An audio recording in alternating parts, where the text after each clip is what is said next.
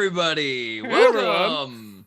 We are back once again with the King of Tides. Woo! Thanks for chopping in, everybody. See lots of people in the chat. Good seeing everybody. UGA Jeremy, Zacharuba. What's up, Zach?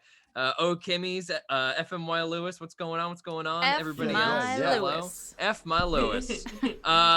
What's up, everybody? For those of you who are new joining us, so excited to have you.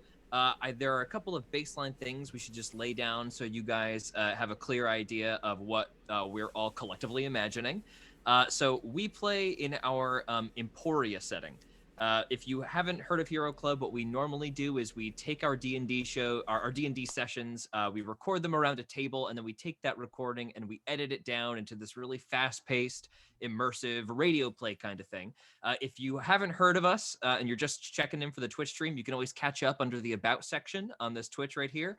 And you can click through any of our previous seasons. But if you click through Here There Be Monsters, that will be the same universe that we were playing in. So first of all, everybody is playing anthropomorphic animal characters. Yeah. Technology-wise, we're looking at like mid-18th century, just like right when like Pirates of the Caribbean would be produced. Muskets, pirates, high seas, monarchy, etc. In this universe, on this continent of Emporia, magic has been made illegal, is punishable by death or worse.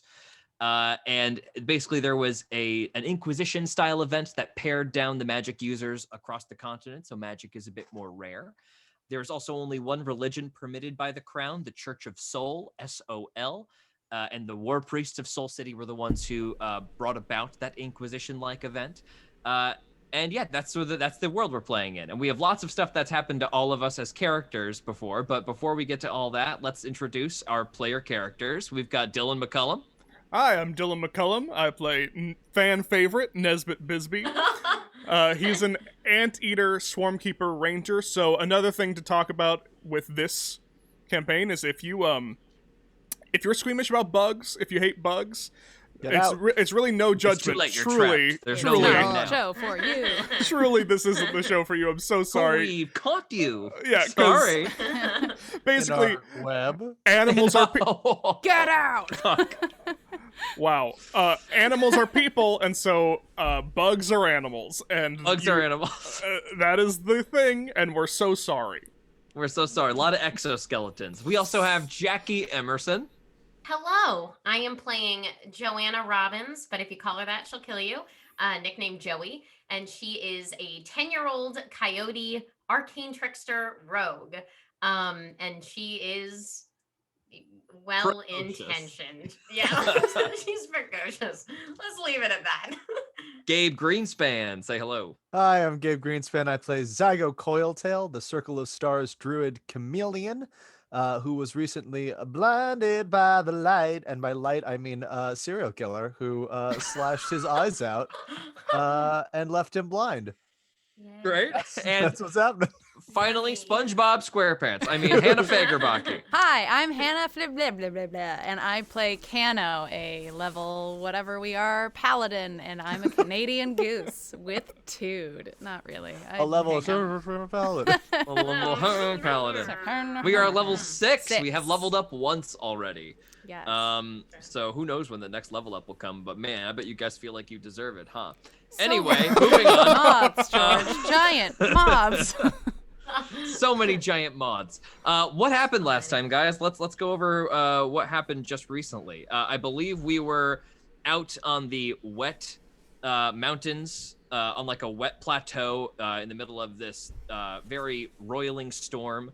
We were searching for Flavio, the greatest highwayman that Emporia has ever known, who was taken by a giant moth, brought back to its lair, and basically kept for later, so to speak. So with the remainder of the crew, you all journeyed out to this creature's lair, and eventually, after great difficulty, and I believe Nesbitt was very briefly at 1 HP. Mm-hmm. Is that Yep. Yes. We lost a couple of folks along the way, but we did take down the giant alpha moth after it was spraying acid all over the plateau. It was finally felled by, I believe, who got the killing blow on that? Was that Nesbitt? I thought that was Joey. No, it was Joey. I got the Joey. It was the magic stone, wasn't it? On Magic the first stone. one. That's right. Yeah, I yeah. forgot about that. Oh, on the That's first one, very yeah, no, I exciting. got the killing blow on the Got the big one. second one. Yeah, yeah. On the That's yeah, right. on the big On the one. Right, giant right, Mhm. right. On the big Joey mama. tried and then missed 3 times. Right. Of course. But man, did you do it so good? He tried so hard. Tried so hard. I got so far. Well, In the end, if it that's didn't where we matter. are, I think we should set the mood. Hell yeah. Also, there's still, Right. as of last time, there's still 2 moonbeams up and my starry form. We're Oh, just yeah. generating light at this moment. Yes. The magic shackles were thrown off. Even one of these highwaymen that you guys banded together with was throwing out eldritch blasts. If you remember, Sinbad, the penguin, was Yes. throwing out magic as well. So you're probably in a safe space as far as that is concerned. Nobody's too worried about that, as you are all living outside the law pretty severely anyway. So, without, are you guys hearing it? I feel like I'm Yeah, not yeah. hearing Yeah, it. we're hearing Oh, it. you know Barely. why? That's why, because it is crescendoing, and I forgot that I did that in the sound effect. I was like, oh no, there's no rain, it's just thunder, and here comes the rain. There it is. Beautiful. So where You knew are it would we? happen the whole time. Nesbit, I believe this thing has just crashed down to the ground, making an enormously loud boom. These things did not make any noise when they were flying and coming in for a landing. They were completely silently crawling around. But after this enormous, you guys find yourselves standing over the body of a moth, while Joey, who has run a bit ahead of you guys, is clumsily trying to get Flavio down from a big white sticky what would it be called, like a half a cocoon that's pinning him to the wall. Joey, around you see lots of other fully formed white orbs of not quite like, it's not like a spider's web, it's not like they're wrapped, they are quite literally like splatted and like plastered to walls and stone around you, but their features are too covered, so there's no gore to be wary of. Just Flavio, who appears to have an enormous bite wound in his neck and appears extremely pale. Even the colors of his plumage are slightly less vibrant, as he is a bird of paradise. And he appears groggy, to say the least. You remember what Shega said about how the moth feeds, how it injects poison slowly into the body to liquefy the insides. Oh, that's ingrained in my brain forever, George. And how the first step isn't lethal, just it like sort of sedates and creates like a grogginess. It's like before it becomes lethal and dangerous, it's more like an extreme, like alcoholic kind of effect. So he is groggy. Would you go ahead and make let's have this be an attack with your dagger on this thing. So just go ahead and roll an attack for me. Okay, cool. Joey pulls out her favorite ruby dagger, which she did not throw, and says, "Just stay still, okay? Just stay still." And rolls a 19. 19. Better than my 4 from last week. Wow. And all of a sudden, the whole thing just kind of peels off the wall, and Flavio slams into the ground. Oh, my goodness! You saved me! You've saved me! What was your name again? Amelia. But just come with me really fast, okay? We should get out of here. Yes, Amelia. Queen Amelia has saved me, everyone. If you could assist me. That's very nice. Joey leans down to try to drag him. Joey is 3 feet tall. I'm not sure how well this goes. Go ahead and make an athletics check for me. Oh, sorry. That's an 8. An 8. You are unable to pull him forward. You just kind of give him tugs as he eventually starts to shakily regain his footing. I'm going to check his con save. It's a botch. Not again. He starts to vomit profusely, No. gives an enormous burp. And then whoosh, passes out. Like Family Guy style, like wham, down into the ground. He is unconscious. God damn it. Joey gets down on the ground next to him and goes, No, Flavio, come on, Flavio, wake up. And she like kind of loosely slaps his face a little bit. Make a medicine check for me. God. Oh, watched it, you guys. Are you fucking. I'm not even kidding you. I'm not even kidding you. Here we go. Oh Jackie- my. Jackie Jackie just Bosch gets the kills first Flavio. roll. Second roll, she rolled a 19. I know. Oh, that's Always right. bunch of This I is the literally thought, wow, second this is gonna be the botched- episode. Joey shine. Second I was botched about to be medicine like- check. The I was second about to be like, botched- call Zygo over. He can heal things. But I was like, nah, this will be fine for at least 10 more seconds. 92. 92? Did she just kill Flavio by Instead slapping of a him? slap, she just cracks his neck. Oh my It god. happened to her again. Oh my goodness. What are you gonna do, George? What a dark way to start. Hi, new people. Don't leave based on this. Oh my god. Oh. You notice that Flavio is, when you turn him over, it's too fast and he's mid throw up and he starts to choke on his own vomit. I'm gonna make a death save for Flavio now. Oh my god. 19, so that's one success, but he is fully choking to death right now. Oh my god. Okay, Joey's gonna dying. Joey's gonna no, and she's gonna try to turn him back over to see if she can get it to. I can't see that this You're gonna is try to happening. Can expunge? you maybe tell me what is going on, Joey? Make a medicine check, Joey. We have one success. Oh, okay. The this wasn't chat's bad, going you guys. Heimlich. Stoic. 17. 17 is a success, so that is two my successful death saves for him. Have a Um, healer you in are the still not. party. You are still not going to get help. As He's everybody else is panicking. outside, kind of making sure everything's okay. Zygo will say to Kano, because B doesn't know what's going on. Kano, perhaps we should throw the moonbeams in two different directions, so as to send things off the trail of trying to come here at least. It's a good idea. I'll go left, you go right. I will go this direction, and you will go some other direction. You don't know. You still know left and right. You're I don't- blind, not yeah, dumb. but relatively. All right, I will go right. Throws the Meanwhile- moonbeam off. Back in the cave, Flavio succeeds his final death save to be stabilized. Barfs all over Joey's front as she is desperately in front of him trying to cough it all up. And he just says,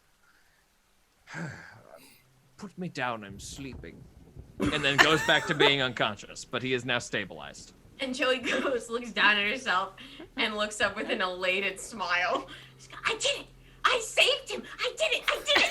And she runs out to the front of the cave, covered in vomit, just dripping down her face. And she goes, Kano, I did it! I finally saved someone! Kano's gonna come over and be like, "Oh, that's oh my god! What's that? Is that vomit?" I almost didn't save him, but now he's alive! Oh, well, that's good. Let me go over. Kano's gonna go over and assess the damage and gonna make sure that Flavio isn't actually dead. So Flavio's beak is covered in vomit. His eyes are bloodshot and half open, but he is breathing. And as he looks up at you, he groggily says, "Ah, yes, Madam Goose. Good night, Flavio. Does anyone have a bit of pudding? I seem to have a rather bad taste in my mouth." I will go ahead and I have one more spell slot. Whatever. I'll do cure wounds. Do you? Or I won't. You're a healer, and you're fine, right? You didn't. I have 3 damage so far. Oh yeah, you're good. Kano will pick up Flavio and is going to carry him outside. Okay, go ahead and make an athletics check. Or what's your strength score? 18? Yeah, 18. 18. Yeah, so there's no check required. You easily pick him up, like in 2 arms. His head lolls back, but he says "wee" as you pick him up, as if the sensation of being lifted entertains him in his dream state. Shega is waiting for you, poking the giant dead moth laying down in the rain with her glaive. It doesn't react. She pulls it back out with a squelch. Is he okay? He's a bit loopy, and I wouldn't ask him to do anything other than lie down and close his eyes for a while, but I want to bring him over to Zygo first to see if he can fix him up a bit. And Kano waddle over. Shega is holding Perry's hat in her hands. If you recall, Perry was the gecko Perry. that was essentially Whose vaporized by laryngitis acid I breath. cured. You sure did. Joey looks at the hat, and her smile like slowly falls from her face, and then she scurries after Cano. Okay. Zygo, Flavio is brought to your feet. My dear friend, I appear to be in dire straits once more. Well, Ugh. let me see if we are not able to help you. Kano, that thing you do where you put your hands on people and you help them, are you able to do that still? I've got one left. All right, never mind. Not important. Sorry, I used the rest on myself because I was not feeling Not a great. problem. Nesbit, would you mind coming over here as well? Nesbit, sorry, I fogged up my glasses laughing so hard. Nesbit is currently just like carving up pieces of the moth meat to take back to the roaches. And just looks up. Yes. There was something I would like to try to help you as well if you are amenable to such a thing. First, Zygo is going to reach around, put his hands on Flavio, and cast Lesser Restoration. Okay, got Try it. to cure the So, poison. as that, what's that spell look like? It is the same. It all comes from his book. So as he puts his one hand into sort of his coat to just touch his grandfather's star maps, his other hand reaches out to Flavio's chest. But instead of the magic coming from the book like it usually does, anyone who would see him still glowing sees it sort of life force sort of come up out of the earth and through his body and out his hand onto and through, like a warmth sort of spreading out through his fingers. Flavio's chest heaves as the magic enters his body, and then he slowly rests back down. His breathing is much steadier now, and his eyes close in relief. And the next time he opens his eyes, you see that the veining in his eyes has receded significantly. Now it's just sort of like a tinged yellow, which is only visible in this dark, dark landscape by the light of your glowing body. As you are glowing, you feel two presences come up on the back of you, and you notice the twin raccoons who have emerged from the brush. They holster their hand crossbows, both looking at you kind of suspiciously, and then one of them comes over to you and makes some signs towards you. You're not sure what they mean. Shega interprets for you. He wants to know where you got that. The light. The power. It was gifted to me by the cosmos and by the world around us. They both look at each other kind of confused and back at you. I guess in ways that I did not realize the mother was looking after me this whole time. The mother is something that the twins seem to recognize, as you say, and they, satisfied, bow their heads and start to pull the gigantic dead moth laying on the ground kind of into like a more what's the expression here, consolidated position, and they start tying its wings down to its side and making it a little bit more manageable for transport. Shega explains to you, well, we're gonna break that thing down and see if we can't sell anything. Something like this should make it so we don't have to hold up any carriages for at least a couple of months if we're to stay up here. But Flavio, I'm gonna have some words with you about that. Flavio doesn't answer. He just sort of lifts a wing and goes back to trying to rest some of his fatigue off. Should we head back? Oh, yes, one more moment. Nesbit? And as Nesbit hopefully comes over, Yes. Zygo will place a hand on him and say, it seems that you might have taken the brunt of that force, and rest, my friend. And he will cast Cure Wounds on Nesbit at 3rd level. Oh, thank you. Nice. That is 16 health restored, and because of the starry form that he has activated, Flavio is also going to be healed for 7 HP. Nice. Okay. 7 HP for Flavio as well. Flavio is now back at... Full health. He's at half. So he slowly shifts his shoulders, stands up. I feel rather embarrassed, folks.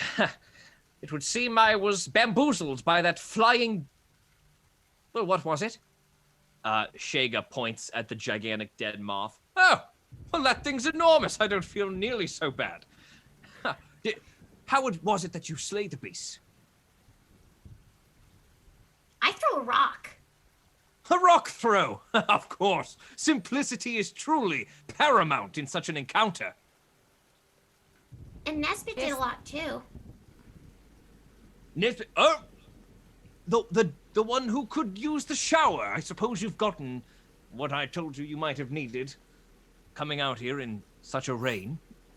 Yeah, Nesbit just stares at him, very groggy, just stares daggers at him.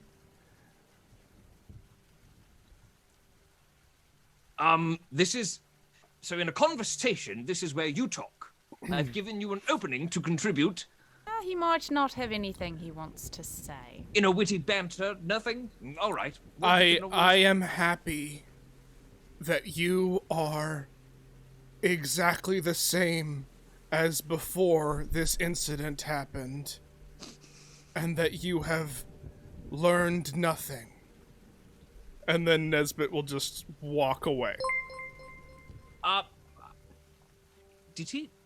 Was that meant as an insult? Perhaps it is just best if we head back. I'm sure we are all tired and could use a rest. Yes, of course. He is tired. Come, everyone. He very confidently stalks off, looking at the moth and giving it a little kick as he passes it. Ha! Marvelous! And continues forward. Shega puts her glaive down on the plateau and just like scratches her forehead. And she puts back her iguana tendrils sort of in like under her hood again and gestures with her glaive to come out and get moving.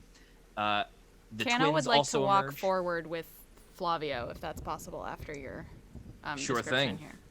And Sinbad brings up the rear, casting a light spell into the sky and giving you guys a little bit of visibility in the area. It's just like a little orb of... It's dancing lights he's casting, so 3 Zaga's little gonna lights are drop- floating around. Gonna drop his starry form as that happens. Great. Okay, so as the story form drops, the 3 lights kind of, one in the front, one in the middle of you, and one in the back, like a little glowworm in the sky, lead you guys back to the cave, where Flavio and the rest of the group throw down their equipment.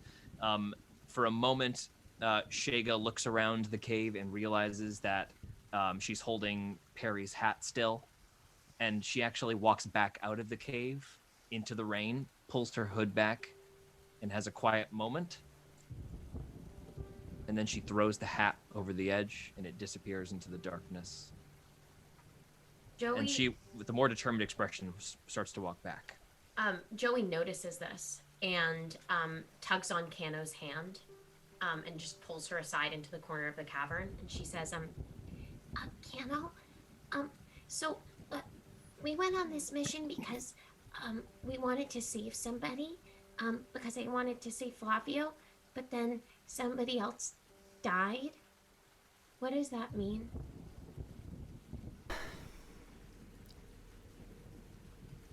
It means that decisions like this shouldn't be made lightly. And it means that sometimes things happen that can't really be explained. I don't know Perry very well. I don't think he deserved what happened to him today. But Flavio aside, I hope that Perry's sacrifice doesn't seem like a good word to use, but I think what we did with that moth today might have saved more than just Flavio. Okay, good. Because What? I didn't want anyone else to die on my account. I know. You're very young to be doing what we're doing right now. And I'm sorry that you can't have a more typical childhood of running around picking pockets like I know you'd like. It's okay. This is sometimes fun too. I'm glad you still see it like that. You are interrupted by the of the moth being pulled into the cave, the two twins lugging it over their shoulders, and they immediately get to work gutting it, and it is quite graphic. So it's a little bit of a shock away from this conversation as moth guts start to spill over the floor and out of the cave.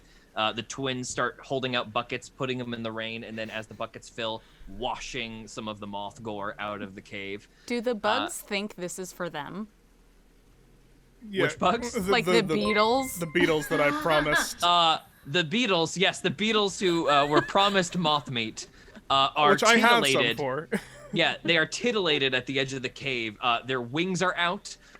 They are making little chittery noises to each other, which you can't understand, but they're excitedly like moving up and down their big stag beetle horns, sniffing the air, and they're just like super percolated. They're really eager for Nesbit to come over and address what they're seeing before them. Nesbit goes over. He has some that he got from the first moth, and he just takes a look over the cart. Is it undisturbed? It is, yeah. Nothing has disturbed the cart. The box, the crate is still lying in the cart undisturbed amidst all of the extra decoy crates that Joey piled up on top of them. Mm-hmm.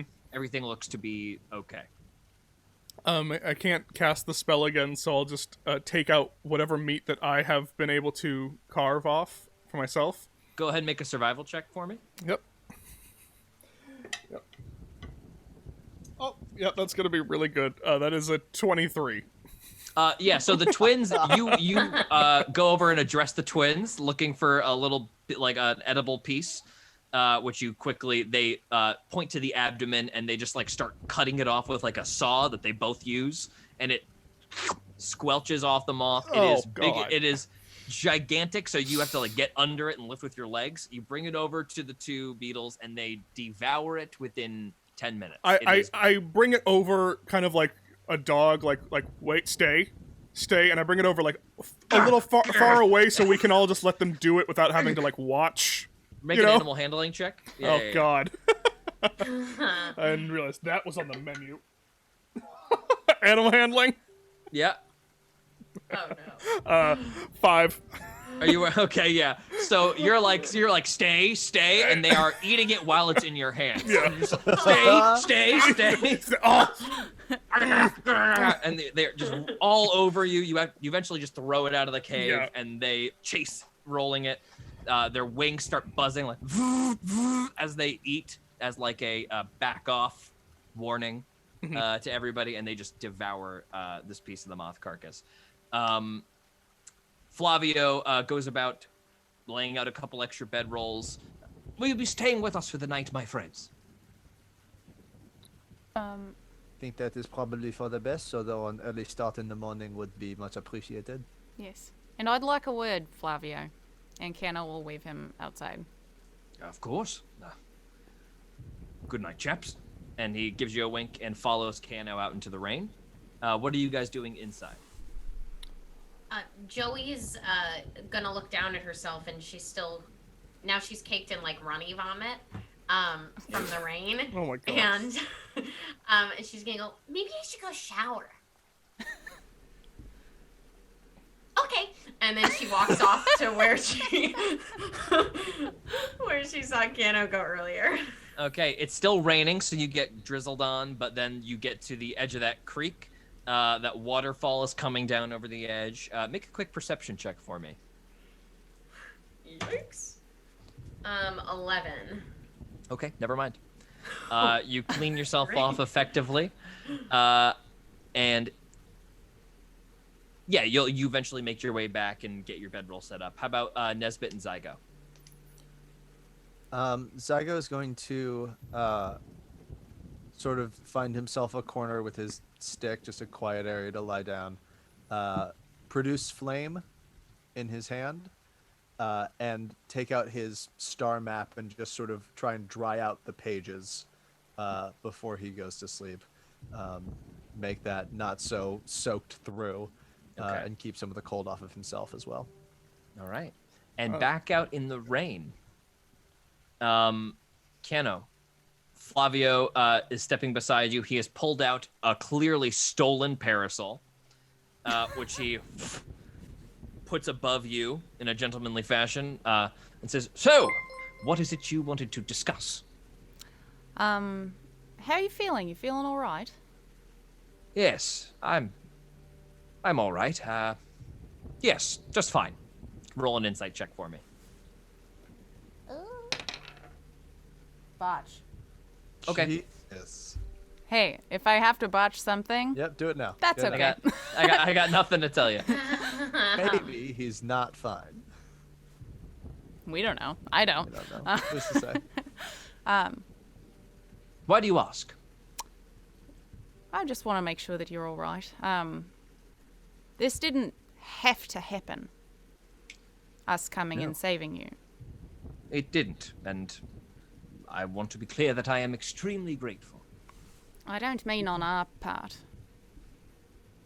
What part I are mean you on referring? everyone's part. This was a Oh. group decision to come get you. And you lost a member of your crew today. Yes, Perry. don't- It's certainly a loss. He looks down at the ground, a little somber. But so is the life of an outlaw. Right. You lose those who you work with, or grow close to almost without warning, especially in a place as dangerous as the Red Spine. He looks over the dark mountaintops. Have you lost anyone? Cano will nod. Of course. But I think, and I don't want to be presumptuous, I'm not attacking you, but I think it would be a good thing to remind your crew every now and then how important they are to you. And Roll a I- persuasion check real quick for me. Okay. 19. Okay, continue.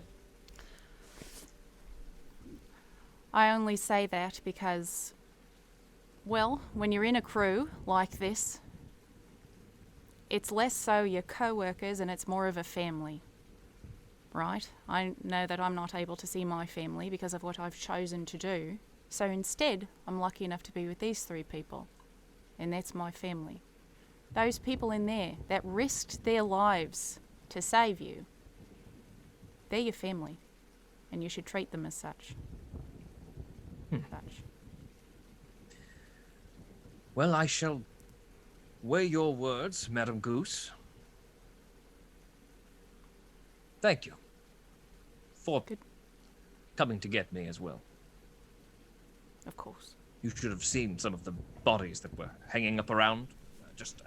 Sucked dry. would be Yes. The adjective. I mean, Good thing you were descriptor. just in the loopy stage. It would have Yes, been a one bit of more a problem. stage, and irreparable damage could have been done. But It would have just been a stack of liquid. Not much Like- to do with you there. you could have poured me out. But Good thank you. times. Well, good night. Well, shall we? And he parasol directs you back towards the cave. He walks back with you. He's silent the rest of the way. And all of you guys end up going to bed. The twin raccoons assuring you that they have the watch taken care of. And then the next morning, assuming you all trust that, unless somebody would like to stay up and do your own. Nesbit will stay up with them and do his own watch at one point. Okay, just like a quick 2-hour shift. I'm gonna Middle of the sleep right in front of the chest. Okay, no worries. In front of the chest. Gotcha. Joey's gonna sleep on top of the chest. Okay, got it. You guys are on top and around the chest.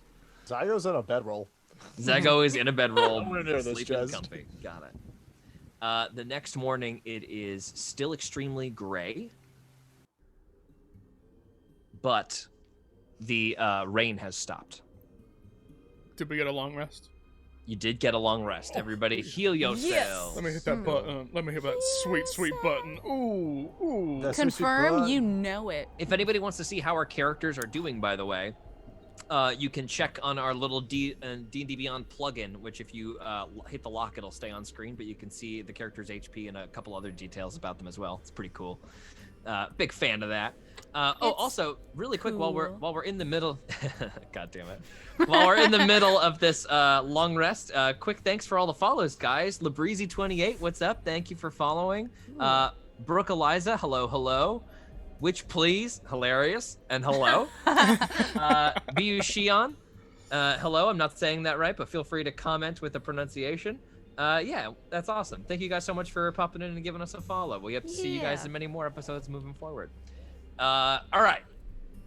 Back to what we were talking about. The morning has come. We all wake up early with the cold morning breeze that is stiffly whistling in the cavern. It's quite an ambient whistle because it's reverberating off of the cave walls. We are now on day 6 of our journey from Brickton. And just so we all have a quick reminder, make a note somewhere because we're going to need to keep track of those days because y'all did say that you would be back in Brickton with the deal completed within 25 days. I looked back on what Zygo's letter was when you guys left the money. Yep, because I got the extra little time, 25 days. So yeah, you guys so are on 6 of 25. You're now at the beginning of day 6 of 25 but I mean, that being said, you could always just never go back to Brickton. Right. And Cassandra did say. Don't come back yet. That is true. She did say that. She Was said it she yet, would or meet just you. She said don't It ever felt come relatively indefinite of Yeah. don't go back there right now. Until further notice, it definitely felt like there is danger if you go back. 100%. So we wake up in the morning. There's only one way to move forward if we're going to continue on towards the meteorite, where the comet impacted in the mountain of the Red Spine a few days earlier, about a week earlier. So, would we like to just head right on out? Flavio will wake up, dress himself earlier than everybody else. He will bring in what looks like a bushel of berries. Everyone, if I could just have your attention. I know it's early, thank you. I know this is wildly insufficient, but I've brought breakfast. And he puts a couple of berries down on the ground. Just because I appreciate you, and I know that we've been risking life and limb over the past few weeks, robbing carriages, gallivanting across these clay plains, so to speak. And he looks at Kano for a moment. I just wanted to make it clear how much I appreciate all of you. Shega gets up. She takes a couple of berries from the bushel, eats them, immediately spits them out. These are so poisonous, Flavio. And she just takes the berries and dumps them over the cliff. Wow. Could have killed every single one of us. I am actually, you, with the light hands, can you just, and you see froth start to come up on her lips. You're good at purging poisons, right? Kano will run over and just lay her wings on her and lay on hands 5 points. Oh, and the froth recedes. She takes a breath, but it's the gesture. Thanks, Flavio. The twins both come up and clap him on the back, and Sinbad gives him a little wink and goes back to the bedroll he was in and very slyly pulls out a handful of his own berries from his own bag, which are not red berries like Flavio had, but green, and just starts eating them all by himself. Anyway, Tell us more about Sinbad and his berries. Sinbad, he eats them like this, Where'd he get the berries? and he barely opens his mouth. Yeah. What's his home life like? How many In brothers and flashback, sisters? 50 years, Sinbad, king of Balagalagala, from across the ocean. That's it. He was I can't wait disbanded for by Sinbad season. Yeah, Sinbad's right. spin-off. We'll do a whole story about Sinbad. Perfect. But Flavio, after disseminating some of the breakfast amongst you all, so you were all bound for Fort Fleet, is that correct?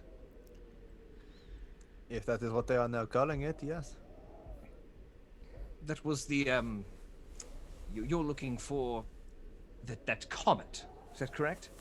Yes? The impact point, That is correct. as we yes. had discussed?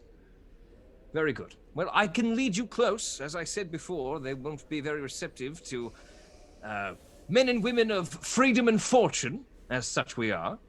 But I can bring you within a certain distance that it will be clear. Your path will be rather obvious. All right. Sounds good to me. Of course, from our pile, you may take as many crowns as you feel you need, and any of the more interesting vestments, feel free to obtain as your own. Thank you very much. Joey is already there, putting coins in her purse. How many do you take? There are a total, I have the number, 893.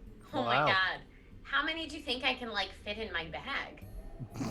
How many do you think? Let's color how full of coins is Joey's bag. Joey's gonna take like 20.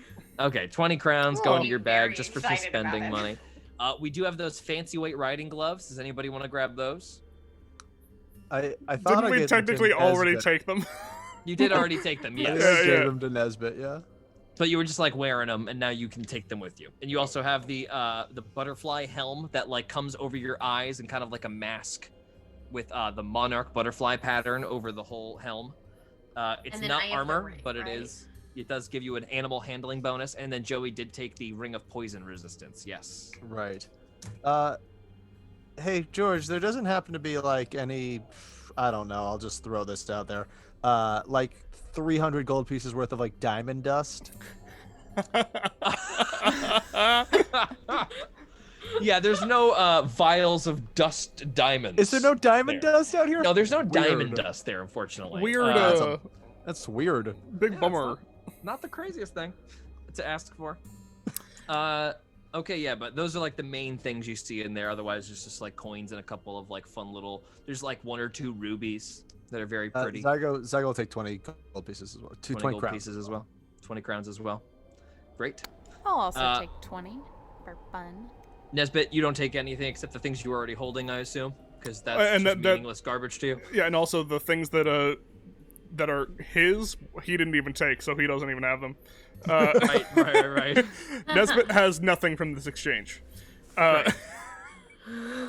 Flavio instructs you to gear up your cart rather, and as soon as that's all done, and the beetles, who are very content and now appear to have exhibited a new loyalty to Nesbit for delivering on his promise. Nesbit, when you make animal handling checks or any kind of persuasion checks to deal with these 2 beetles in particular, you may roll with advantage. Nice. Ooh. That is a level 1 beast bond that you've got there.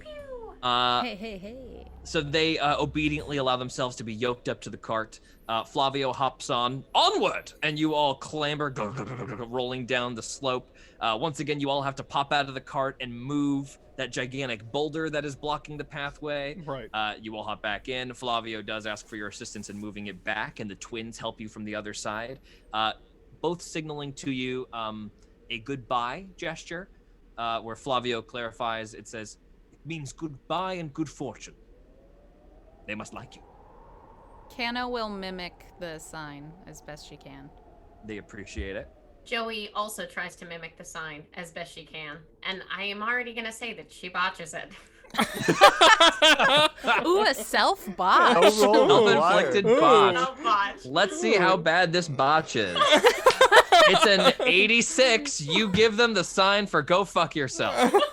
And they Friends for look life. they both gasp and look very offended right as the rock comes into place and blocks them from your Oh, view. he's just smiling. So there's and no waving. chance to make up for it. Joey's made a full enemy. Yeah, basically you both give like these like somber like greetings, and Joey just comes in like goosh, rock in the way. And onward you go. The cart trundles down the path, goes over that bridge with the raging river below it, unfettered now by the trap that Flavio had previously laid for whoever had come. And then as you travel along, Zygo's gonna say if there's any sort of look of civilization or someone coming 10 minutes out, he would start ritual casting beast sense just to have some eyes going on. Okay. Flavio, as he's you guys are cresting one of these hilltops, these rolling clay dunes, so to speak, that there is sort of a path laid into. As you're coming over the top, he instructs you to stop the cart. Yes, come over the ledge here. And he bends down. As you all come up over the top of the hill, you see laid out just completely around the base of this one mountain that has a massive hole in the top of it where the comet has impacted.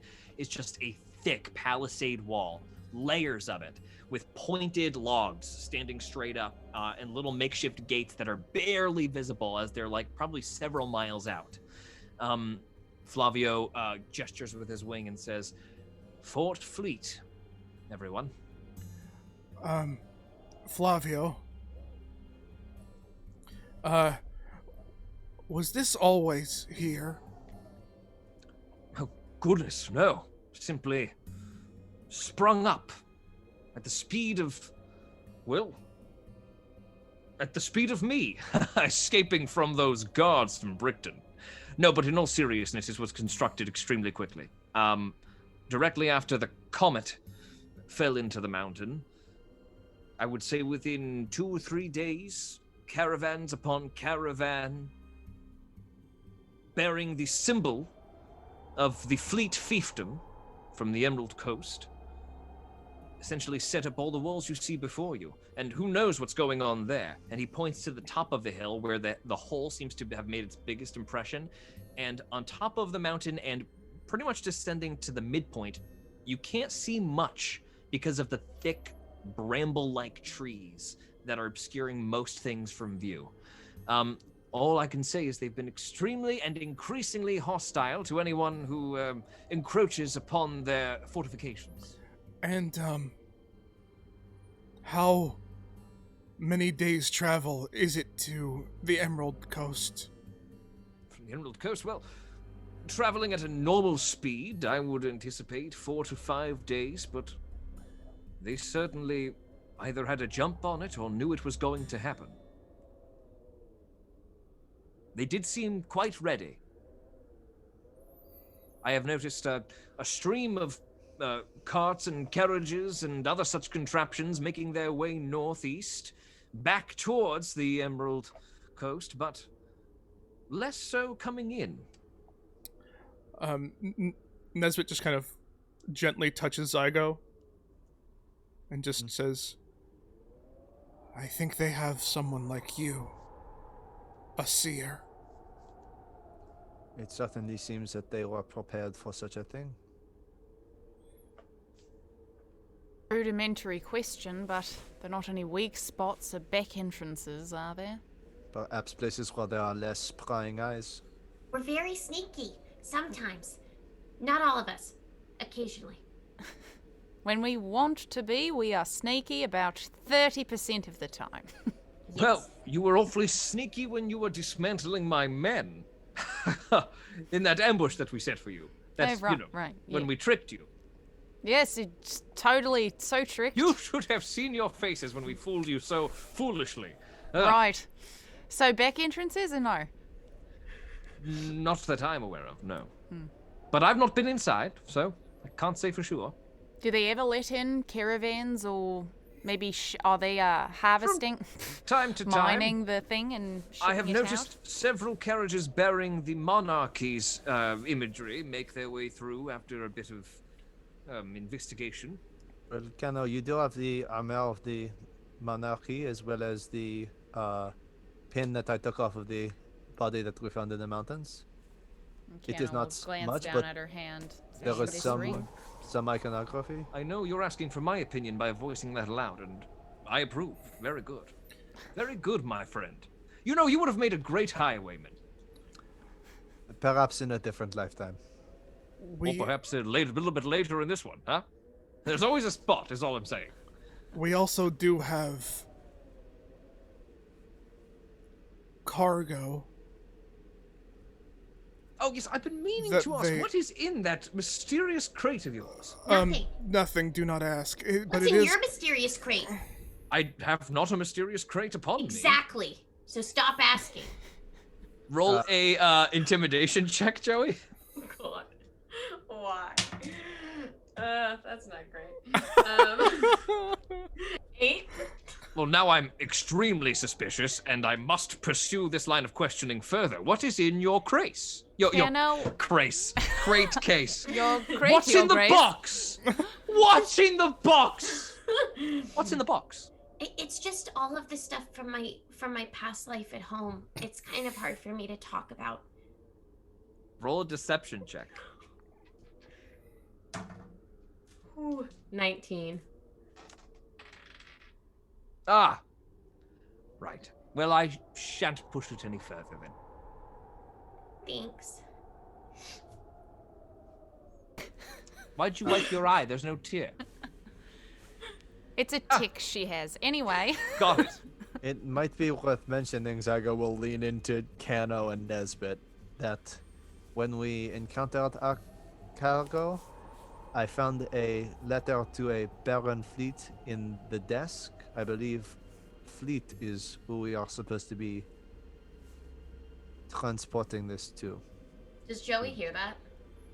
Zygo's trying to be, not trying to include her necessarily in this conversation. Yeah, this is you're at this point you're talking to Flavio, and these three are gathering up really quick to the side there. Definitely some sort of IR caution is probably called for. I don't, Oh, go ahead, Keno. I don't know what we're gonna do, but I can't in good conscience deliver that boy into a life of servitude to people that have imprisoned him. Understood. But we can discuss that more in terms of what actually we're going to do with it. Flavio gets your attention as you three are huddled over there. You three. As I said, shan't go any further with you. I know I owe you a great deal, but I will surely spark every alarm. I'm well known in these parts, you see. I am the greatest highwayman that the Red Spine has ever known. I don't think coming with you would be wise, but I, of course, wish you good luck, and you have all the gratitude that I can muster within my little heart. I have a little heart. It's a condition. Just, you know, it's not important. I don't know why I told you that. And he sort of looks shy. Anyway, shall we say our farewells? And he extends his palms forward for handshakes. Kiana will reach out her wing and shake his hand. I wish you all the best of luck, and hopefully our paths cross again someday. Oh, I'm sure they will have a good feeling. And he gives you a hearty handshake. Joey comes up and goes, "Remember, I did save your life successfully." I can't remember. From what I was told, I was unconscious. But thank you, little one. I appreciate it for your flawless medical practices. Thank you. And then Joey turns back. Yes. As he turns to Zygo, She almost killed me, they told me. But come here, my friend. and he actually goes in for a hug for Zygo. Zygo will return the hug. That's twice you've saved me, my friend. We're getting to the point where I owe you. Who's counting at this point? And then to Nesbit. And I shan't hug you, but know that the sentiment is there, my ant-covered friend. I do wish you safe journeys. There are things in the skies that are more dangerous than you, Flavio. Keep your eyes open. I think that you could defeat them if you stay true to your friends, and if you remember that being loud is often the worst choice of action. Do not die, and maybe we shall shake hands one day. Always gets in there with a dig, doesn't he? Oh well. Everyone, And he takes a big bow, his plume of feathers coming down, and they flop back up. I have been Flavio, the greatest highwayman Emporia has ever known. And then he, I can't wear this. Well, he takes his backpack and he flips it around his front because he can't fly that way. Just adjust it here. All right. Tally-ho! And he flies off into the sky, maintaining sort of a low altitude as he flies back towards his compatriots. And Flavio is gone, leaving you guys just overlooking Fort Fleet that starts rather low in this valley, spread out before you. How far about is it from where the Palisades start to where the actual crater is? You've so for the Palisades it's probably like a mile up, a mile of distance up the mountain, but up the mountain is like hundreds of feet. It's very, very high. Okay. And you're several miles from the border of the Palisade wall. It seems like it is going to be extremely difficult for us to, first of all, even to get into this city, and then once we're all there, to make our way up to the top of this mountain.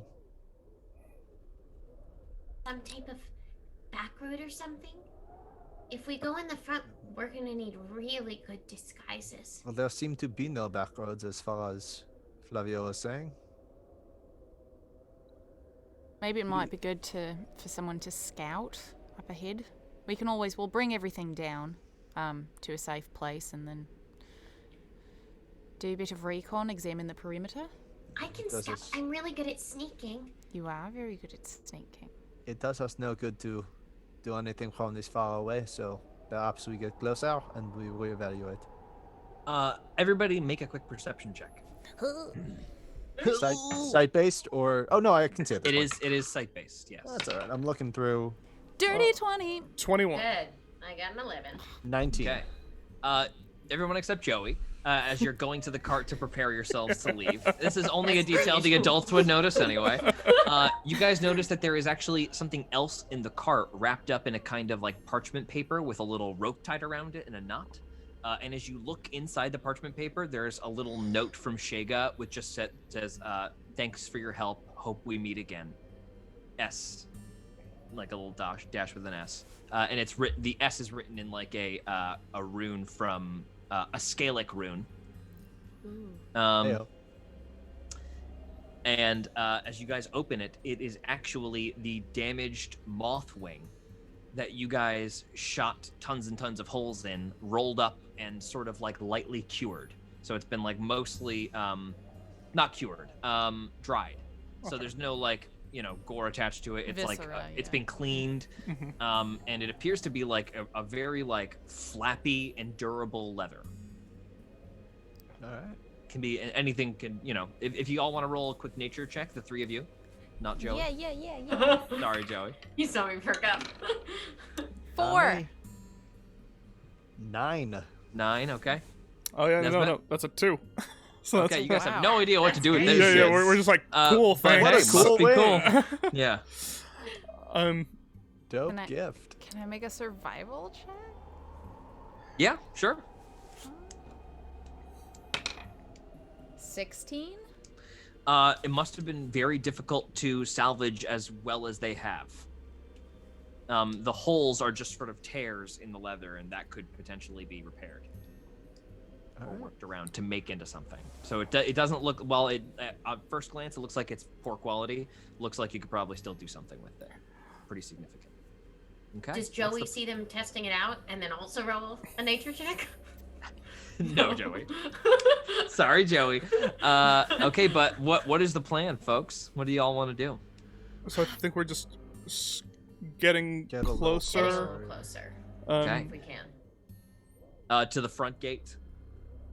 There doesn't seem to be any other gates, right? That's sort of what he was saying? Yeah, well, there's only one gate on this side of the mountain. There might be one on the opposite side from like the northeast side to give it to sort of go like all a the way path around. through. Yeah. Oof. That feels like feels like we're adding days that we might Right. not have. So we can't just like go in from the side, right? and I see mean, what you that can looks like. park the crate far away and go in low, make a stealth check and try to infiltrate. If that's how you want to do it, it's up to you. Yeah. Um, Either way, we should just probably be closer in Closer general. to it. Yeah, we're a couple Because miles we're like out, right? miles out. Great. So moving in, we'll move up to about like a half a mile. Okay. So the palisade walls are now kind of towering over you guys. You see that the palisade, there's actually several layers and several more walls that provide more security to whatever is at the top. Everybody roll a quick perception check for me. Also, Nat that's 20. nothing. Nat 20. Nice. Dylan, Nesbit sees people milling about within the town. It looks pretty active. Looks like there's quite a bit of movement from beyond the walls. It's not just populated with it's not just a work camp. It looks like kind of like a settlement. As you're getting closer, noticing you're starting to see as you're getting up on top of a hilltop that there is clothing that is not mining clothing. Yeah, not being like worn. miner You clothes. see- yeah. And is there do I see checkpoints, like a place where you have to enter and exit, or is it just kind Yes. of... Okay. So you start to get a clear view of the checkpoint, which involves one guard tower that's a square guard tower about 20 feet high with a ladder leading up it, palisade walls where these two massive logs end. There is a steel gate where the hinges are kind of blasted into the log that is just closing as you gaze upon it as a carriage trundles forward up a clay path, a winding clay path to sort of give it a little bit more of a less steep incline, moving further and further up into the mountains, soon disappearing beyond the bramble. Nesbit, as he sees this and he looks down at the wing, just looks back at everyone, just touches Zygo's hand very gently. There is something to be said about, if you forgive me for a moment, if you can see, and Nesbit kind of points out, this is not just a military operation. There are people here. They require goods and services. As you have all taught me, there is something to be said about trading favors. And there is something to be said about Flavio and the fact that he, as incompetent as he is, fortune smiles upon him. And seemingly, hopefully, fortune will now smile upon us. We have rid this land of moths. It's possible that with this proof of that slain, we can gain entry as not only a good to sell, but as hunters welcome in as protectors of the fort who did good for them. It's probable that they were dealing with it as well. But what if they ask how? Well, That we killed it? Yeah. if I'm being very honest with all of you, down there. if I'm being very honest with all of you, I know that what my abilities are different than yours, but in their eyes they're the same. However, we killed these moths with a rock and an arrow. And those are completely fine in the eyes of the queen. Mm-hmm. And to be honest, I'm not trying to be mean here, but to be honest, I'm still very sore, and I feel like I did quite a bit to it the last time. Like, most of the wounds were from arrows, and only like a little magic kind of helped a little bit, What if are we're you being saying? honest. Yes, you're very good at what you do, Nesbit. I'm just saying that Dylan wants to make a persuasion check and not a deception check. I'm just saying that I think that I out-hunted this thing, is what I'm saying. Well, that is certainly true. You can wear that cap forever. You're very good at killing, Nesbit. The way I Thank see you. it, we have two options, right? We have either Either that, where we try to get in as traders of goods and services, benefactors of the city, although we do not know how prevalent the moth population has been in these parts. Or we have the armor belonging to the queen, what would it be called? The Inquisitor. Inquisitor. Magic hunter. Yes, we have the armor belonging to the Inquisitor, as well as a postman's insignia, and as Zygo nods his head back to the back of the cartridge, and post to deliver. No, we can't do that. I am not to saying Brush. that we That's would too dangerous. actually use him as our leverage. However, it is without lying, well, barely lying, it is a way for us to convincingly have business here. If we are delivering a message or a package from the crown, we have all the pieces to make that seem true. You cannot put Brush in danger, Zygo. Who? Brush. Joey gestures towards the box as if it were obvious who she was talking about.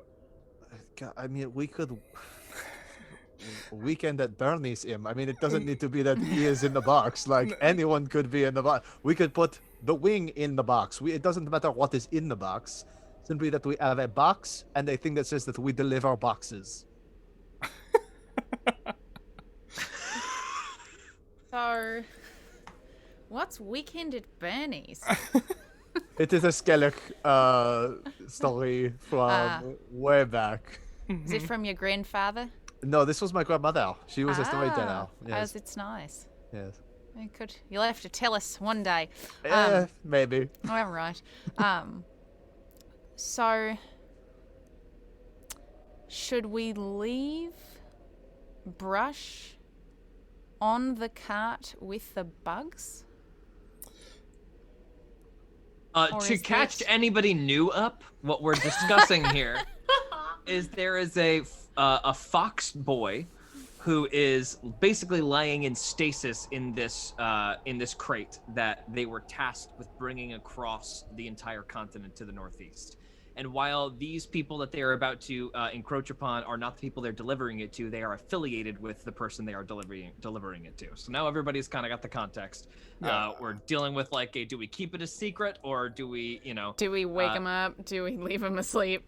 And, yeah, exactly. And just while we're doing that, just a quick hello to Pepsi Hawking and Exaltarius. Thank you guys for the follows, and hello and welcome, and we're so happy to have you.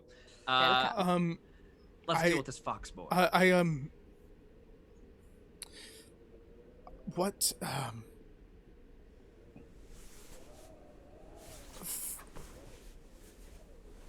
I just was worried. I am not good at lying, but you are, and that is fine. If you feel you can, that is good. I just worried that we were saying that we didn't want to be found, that we may not want to be alerting ourselves, but either way, you know more about papers and things that say you deserve to be in one place or another. I am mostly concerned about how did you, Grubchild, learn this creature's name? Is that this creature's name? Or have you decided on a name yourself? Well, it's just the nickname that I gave him because he painted that mural Okay. like a paintbrush. What Joey once thought was a very smart nickname, she's now maybe questioning a little. Yeah, I get it. I like it. It's very smart of you. Good choice. The skyline is starting to change color once again, and more clouds are starting to gather, and you guys are starting to glean that there might be yet another night of rain ahead of you. Might be wise to make a call soon. Even if it's just to wait till the morning of the next day. But you're pretty exposed where we are right now. I feel like Ni- every day we wait. Nisbet, Yes. I think your idea of coming in as someone who's killed a threat and who's down on their luck and would like to try to sell their wares in a nearby establishment is a wonderful place to start. What do we do if they want to examine the box? We'll say that what we're selling's not in it and it's in the package. By the way, Joey, it's this. Would you like to look at it and make a check or something? We could. Go ahead, Joey. 16. 16. It looks extremely strong, but also extremely malleable. You could imagine this thing being used from anything to creating a leather armor to some kind of, even like a canopy for this carriage, if you wanted to find some wood to spread it out or spread it out or something like that. But it seems to be like extremely durable, very malleable, and maybe even a little acid resistant. Ooh. Saucy. If we did want to stay out here tonight, this could cover us. We could also use it to make armor. Or I something. do not want to stay out there tonight. The last time we stayed somewhere just for the night, big problems happened. So perhaps we go into the city where there's a population and we try to just find a place to sleep. Okay, fine, as long as we come to an agreement on keeping Brush safe. This is my hard line. That's something I've heard Kano say. This is never a question. It is far past time, Grubchild, that you understand that has never been in question with any of us. Oh. We're gonna keep him safe. So yes. Good. Yeah, I knew that. I totally knew that. Was Very it clear a that she test? did not at all. Was it a test? I trust whatever you two want to say. We do have things that are good to lie about, but also I know that it is bad to be caught in a lie. Last time I said things too honestly, we're now here and on the run, so I would rather not speak. Thank you very much, please, and thank you. You do anything. You can say whatever you want. If you believe that Nesbit's idea is the better one, I'm not going to fight you. Perhaps it is better that we start entering this place not lying through our teeth. I think the less we can involve the chest, the better. Fair enough. Okay, let's do it. Let's Okay. weekend at Bernie's. 'Cause Everybody, she doesn't know what that means. It's not what it is. It's all right. I will explain, but not right now. Okay, weekend it up. it's Let's a great break it. book from Salzado. Yeah, Oh yeah. man, these guys take this iguana and he's dead. God, over They put sunglasses on him and prop him up. Okay, everybody hops back in the carriage. I'll be in the front with Yeah, where are we in the carriage as we're riding? Good to know. I'm definitely driving. I think Yep. Zygo's in the back. Zygo, if you could sit so you're blocking the front of the chest. I will do that. That seems fine. Great. Yeah, you guys throw a couple of like a little cloth over Cloth. the chest. Yeah. Okay, and you are all hopped in the carriage. Joey sits next to Zygo. Perfect. So the three of you across the front bench in the middle, and Nesbit driving. I So think all of Kano you was are across the bench. No, Kano was going to be in front with me, there and back. There in the back. Okay, gotcha. So you two are up front, and you two are in the back, sitting basically on top of the carriage, on top of the cloth that you've thrown over it. Okay. So the cart trundles up to the gate. The watchtower starts looming over you as you approach. You start to see a couple of figures up in the top with green guard uniforms on. Start to look down at you a little curiously. You hear a not avian, but it is a whistle. Or maybe it is avian for, hey, look over here. And the gates remain closed, but you start to see that there is a panda fella who is clad in emerald green and climbing with some difficulty down the ladder with a clipboard in his hand and a quill. He slowly lumbers over to your cart with a little bit of like a puzzled look on his face. And he immediately goes to Nesbit as he addresses the driver, barely keeping an eye on him with his little quill out. What is your group's name? Hi, and Kenna will stick her head out. Hello? Hi. We know that this is the only kind of establishment for miles around. What is your group's name? We don't really have a name. We're travelers, and we've, have you guys been having problems with... Name? What is your group's purpose? We're selling. Okay. Barter and trade? Uh-huh. And what are your wares? Leather?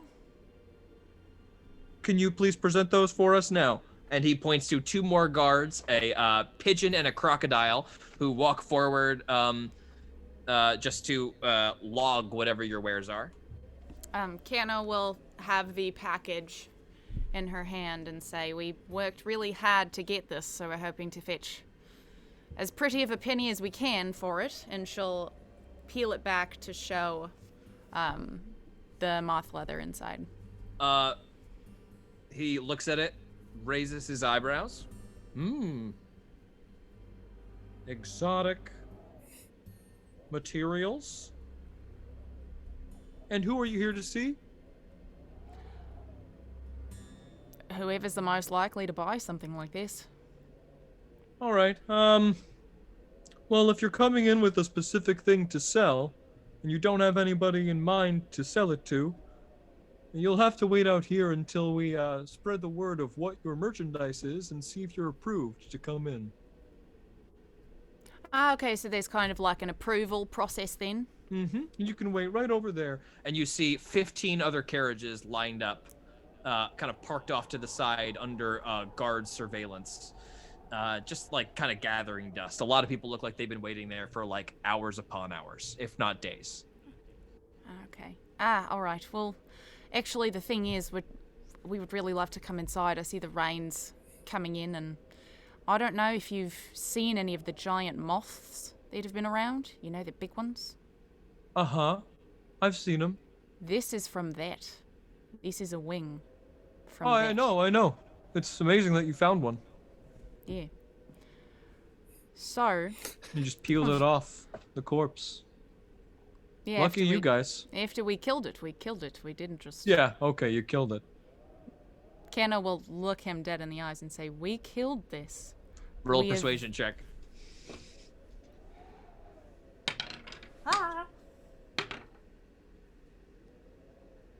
12?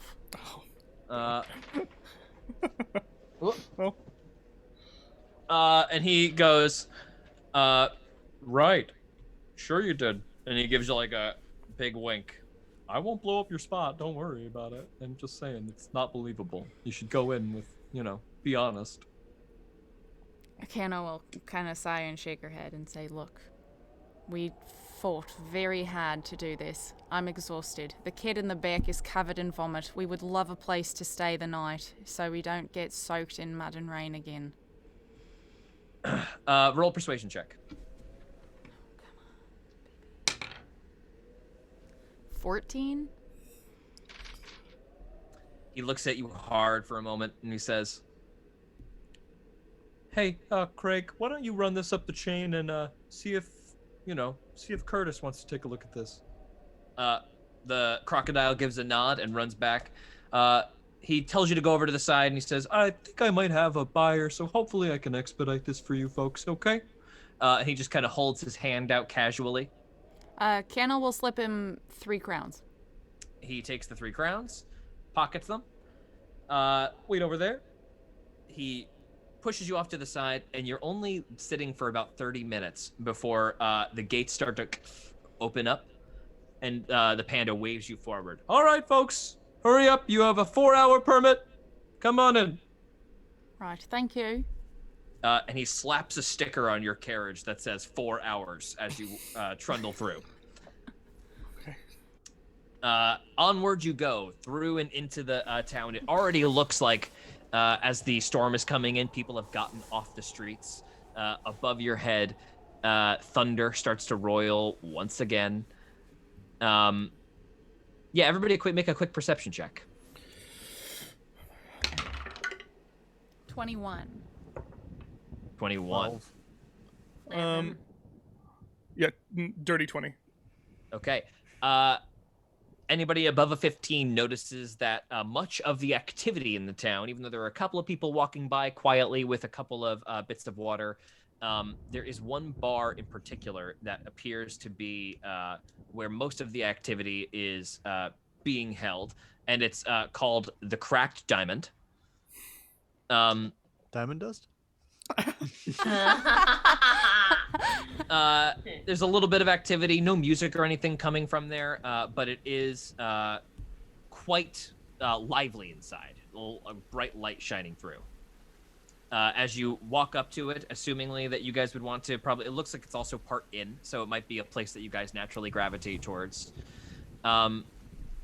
Everybody make a quick insight check. 16. 26.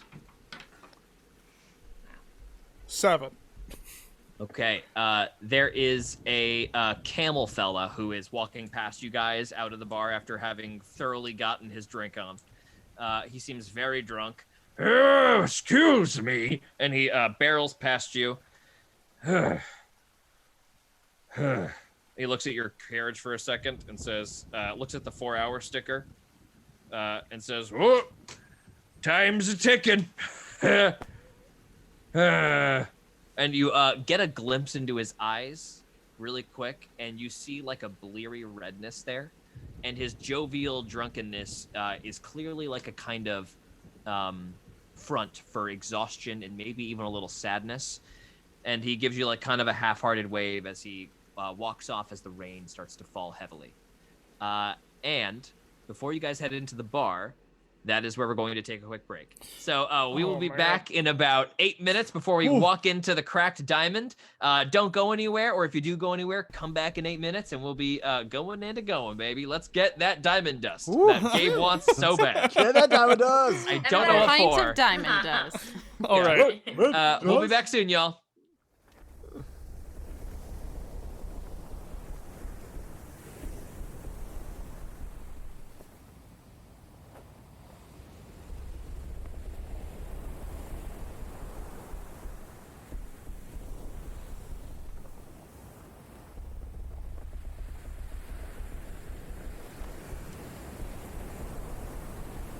I set upon the ship at dawn. I wouldn't dare be late.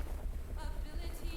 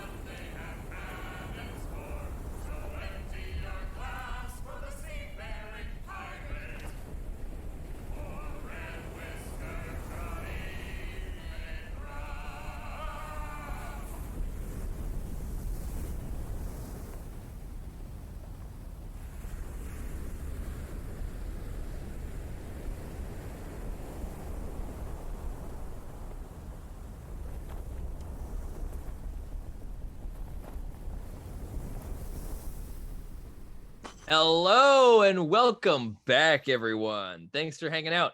All y'all in the chat are so awesome. We've been reading the chat as we have been all chilling here and coming back from the bathroom, and you guys are just the best. Thank you so much for watching with us and hanging out with us.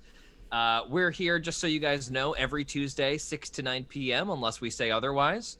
And also on Wednesday nights, if you guys are around tomorrow, I do a little quick 1 hour follow-up show in case you guys have any questions, or we all hang out, we make a little dungeon together over the chat. And that's a lot of fun. So make sure you guys stop by for that as well.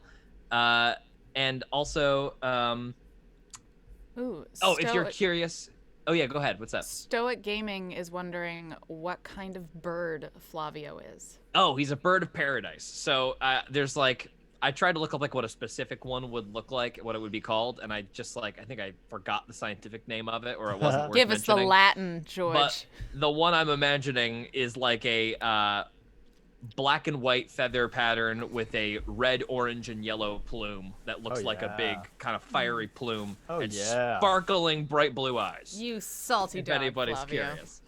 I was gonna say, if anybody is curious, we don't have this show uploaded to Apple Podcasts or anything, but we do upload it on YouTube in case you want to go back and look at it after it expires on Twitch. And on Apple Podcasts, we have our main show that we do, which is our True Hero Club Passion, where we take some sessions that we record around the table live, mix them down into fast-paced audio experiences, little quick radio plays. And there's lots of different genres, lots of different seasons that we do, and they're all in the About section below, or on our if you're website. Canadian, the About section. The About section. About. If you go to heroclubpodcast.com, we're all over that as well. Tell your friends, listen to it, write some reviews. Thank you so much. Should we all hop in? Oh, question. Are we all voice actors? Yeah, for the most part, right? I think we all are, right? Yes. Yeah. Some version of. Some version of. I do a lot That's of a cool commercial question. stuff, and I do child education videos a lot. Because I have a That's non-threatening, nice voice, and that's why Yeah, I come you here do. and describe horrible And death. destroy our And lives. destroy life. Yeah, I teach emotional learning, not teach. I voice the teaching videos for those. Oh, that's Um, cool. That's super cool. I Yeah, didn't it's know that. it's a fun little. Let's not play D&D. Fun. Let's learn more about this. Let's learn more Yeah. about this. It's a lot of me in my closet just being like, "That's not an appropriate time to hit someone," that exact voice. We stop and count to 10. It's That's great. so awesome. funny. it's been my gig for the past couple of years. Wow. Oh, I love that. That's so That's cool. awesome. Yeah, and then everybody else is a voice actor too, right? Anybody do anything specific that they want to talk about? I work I with do kids with too. autism, and that's not related to this at all. Nope, That's thank the- you, but that's very What cool. a good thing. Yeah, we all just do various projects that come our way and stuff like that. We're I all do some, actors, games certainly. and animation things. Yeah, awesome, very cool. So yes, to answer your question. Yeah, okay, cool, sick. Let's get back into whatever hell is awaiting us inside this supposedly very fun and happy bar. Remember the Okay. last time we were in a bar? Bad No. thing. Bad. That was one of the last things you saw. Oh, you're talking about in the game. Yes. Oh yeah. Oh no, Never in mind. life? No. In real fuck. life? Life? No. Nope. I was don't like, remember that no, shit. I don't remember. Genuinely don't. Fully do not remember. But man, did I wish I drank more. I don't know how much I drank, but it should have been more. Not enough. It wasn't enough. Certainly not enough. Okay. So as soon as you get into the bar, the first thing that you guys notice is tons of beasts just chilling with their ale, sat up on various sections of this square, very plain room, wooden tables, wooden chairs, a little burning fiery hearth in the corner of the room, a couple of bartenders behind just kind of throwing beer on the table as people come up and ask for it. There's a talkative energy in the room, but also it's pretty frantic and gossipy. People are pretty clicked up, and the speaking is loud, but only because it has to be overheard, or to be heard in this room rather. So Are all there of you age guys, limits in these bars? no, Okay. no, nobody looks funny at Joey as she walks in. There is one particular little family, a horse, an otter, and then a baby otter. The otter is holding. in the corner. It looks like a little family that they are enjoying like a little bit of meager food. And they're actually, it looks like no other kids, but it does look like there are some husband and wife, wife and wife pairs just sort of strewn throughout the bar that have made themselves comfortable. And you can tell this because they're either holding hands or like, just like, it seems like people who are loved ones are keeping themselves tight for some reason. Though the energy isn't ominous or scary. Yeah, bit of a warmth in here. So all of you guys open the door, look out on all of this. Nobody gives you a second glance. Okay. Zygo can see at this point through beast sense, but is using his quarterstaff as a walking stick. He's not trying to appear anything other than blind. Okay, got it. You're like kind of you can still see though from your shoulder, correct? Yes. From the Yeah, like ant? beast sense is active as of, I probably have like half an hour left of it. Great. But I do not want to show anyone that I'd be using magic to do that. So No, nobody would know. Great, yeah, it's already in effect. Yeah, so you guys, you can see everything out here. Looks like there's a staircase that leads up to the top room, several doors, a very classic Red Dead Redemption-y kind of inn for those who play that game. Just like, very, not, the rooms are basically, the door would come out onto the balcony and overlook everything you see right now. What do we want to do? Yeah, are we trying to find a place to store our goods? Yeah, were we told like who we were meeting or what to do about that, or are we just kind of waiting here? Were we At told the to, like, wait moment, here? you're just waiting here. Nobody has come to get you yet, but the panda fellow would have given you the heads up, like they'll come to get you when they're ready to talk to you. Gotcha. Sorry, I should have given you that little piece of info. Yeah. Just settle up anywhere. It's not a big settlement, and we know where you came in from, and, Right. there are guards everywhere. Like up on the palisade wall, looks like there's a pathway, and at a certain point, you guys always have like some eyes on your cart. Until you go inside this bar, of course. And do they all have the monarch symbols on them? They do not have any monarchy symbology whatsoever. It's all Okay, the that's good. Emerald Coast's symbology, which is it looks like it's just like a green outfit, like dark emerald green, as is the Emerald Coast. And then in a slightly what am I trying? It's like a golden looks like somebody put glue on a piece of paper and sprinkled little golden sprinklies, and then the golden sprinkles stay like in a stencil, and that stencil is that of like a stereotypical diamond outline. Exactly what you think like a diamond might look like. Should we get some drinks while we wait? You should not. Oh, alcohol is terrible. I was hoping to get some juice or something. Great. Fine. Juice is probably fine. The sugar high is, I guess, manageable. I wonder if there's any way we can kind of get more information from someone here. I did notice as that guard was passing us a sort of sense of desperation or sadness almost in his eyes. Who better Right. to talk to than the bartender? And they're Horrifying that you already have that information and know that so readily, but It's She is not probably wrong. my fault. yes, right. Well, Joey very solemnly looks up, pats Kano's arm, and goes, I learned from the best. Thank you. Okay. My actions affect other people. Good to know. But we will want to do it slyly, because I mean, like, information about who's at the top, how easy it is to get into the crater, things like that. Or do you think we shouldn't ask anything of the sort? I would not necessarily lead with that. No, I- definitely don't want to go, hi, how are you doing? How do we How get do to we the get to the top of the crater? crater? Yeah. I just want to know, because we're here, they said only for a little, but these people seem to be here for a while. And I want to know why and how. Right. This is all good questions. Kennel, perhaps you should do the asking? Yeah. Can Kano do an insight check around the bar to see who seems to be the friendliest? Yeah, People?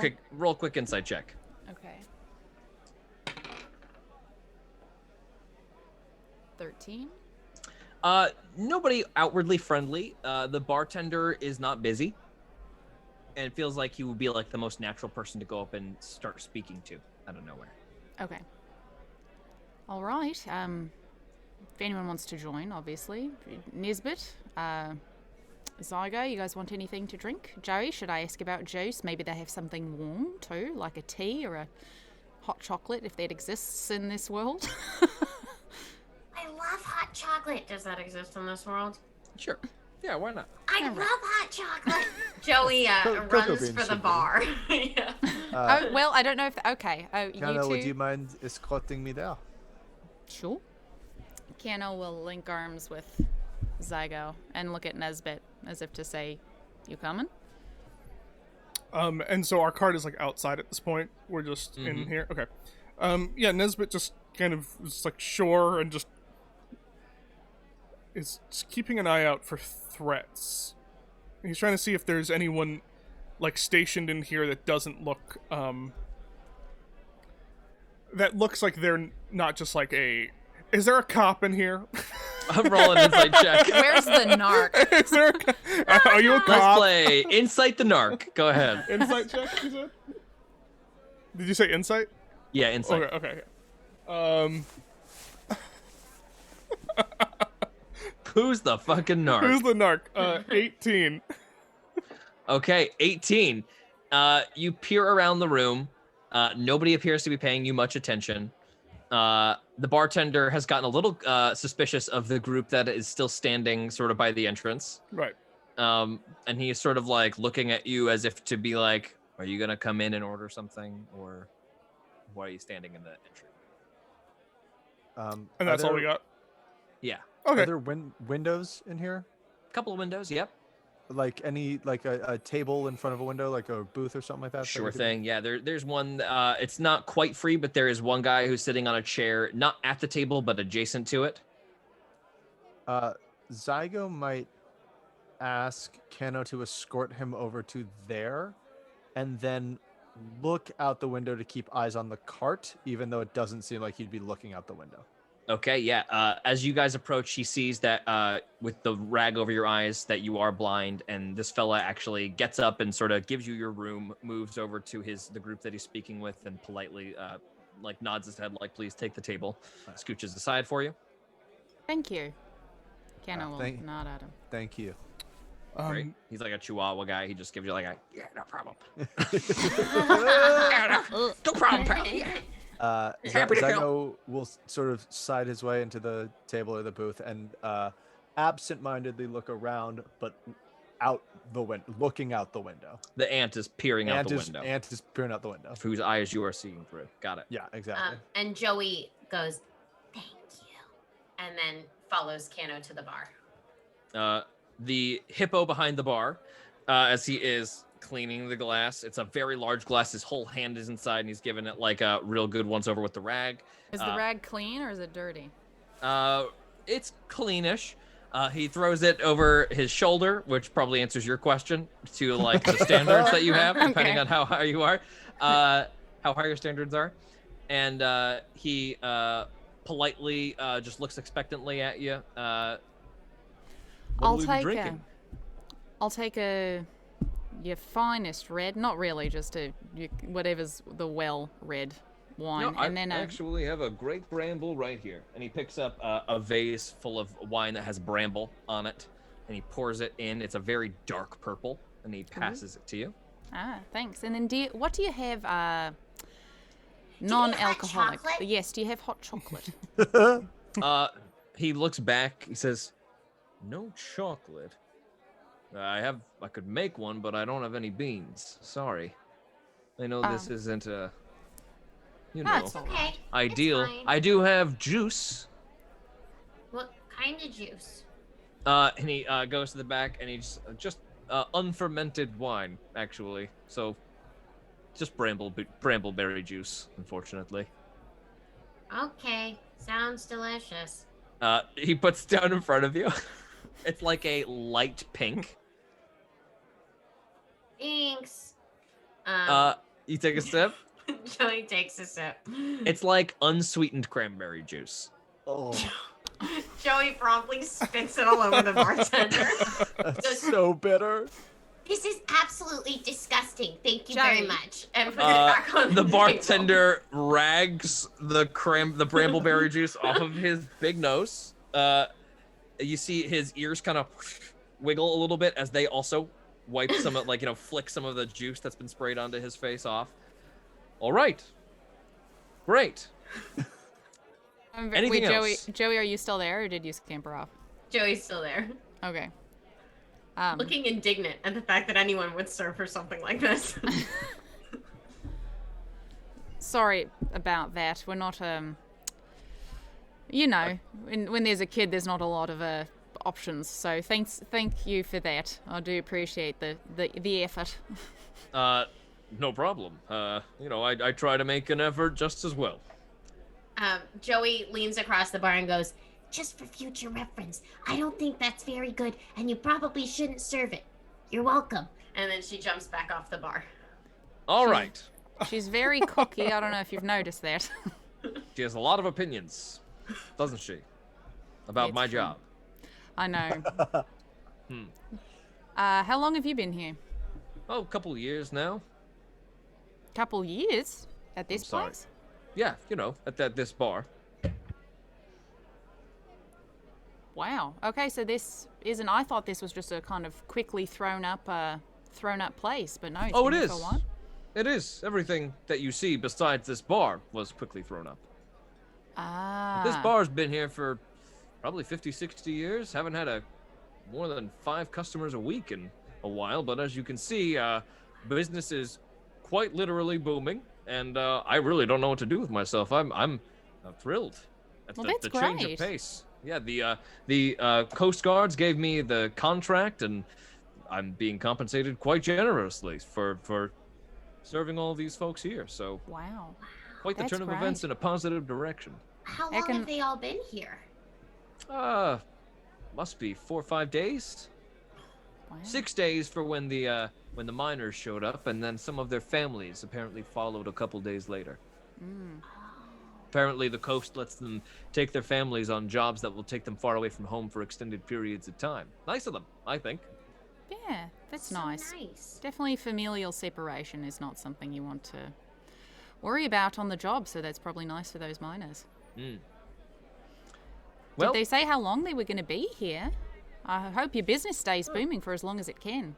the contract is for several months, but they said they might be here longer or shorter than that, and if it were longer, they'd extend my contract, and if it were shorter, I'd be paid up to the minimum amount. So, not sure. I haven't quite asked. Ah, right. And you said the comet, so that's what brought them here then, was the... Right. We saw it in the sky a while ago.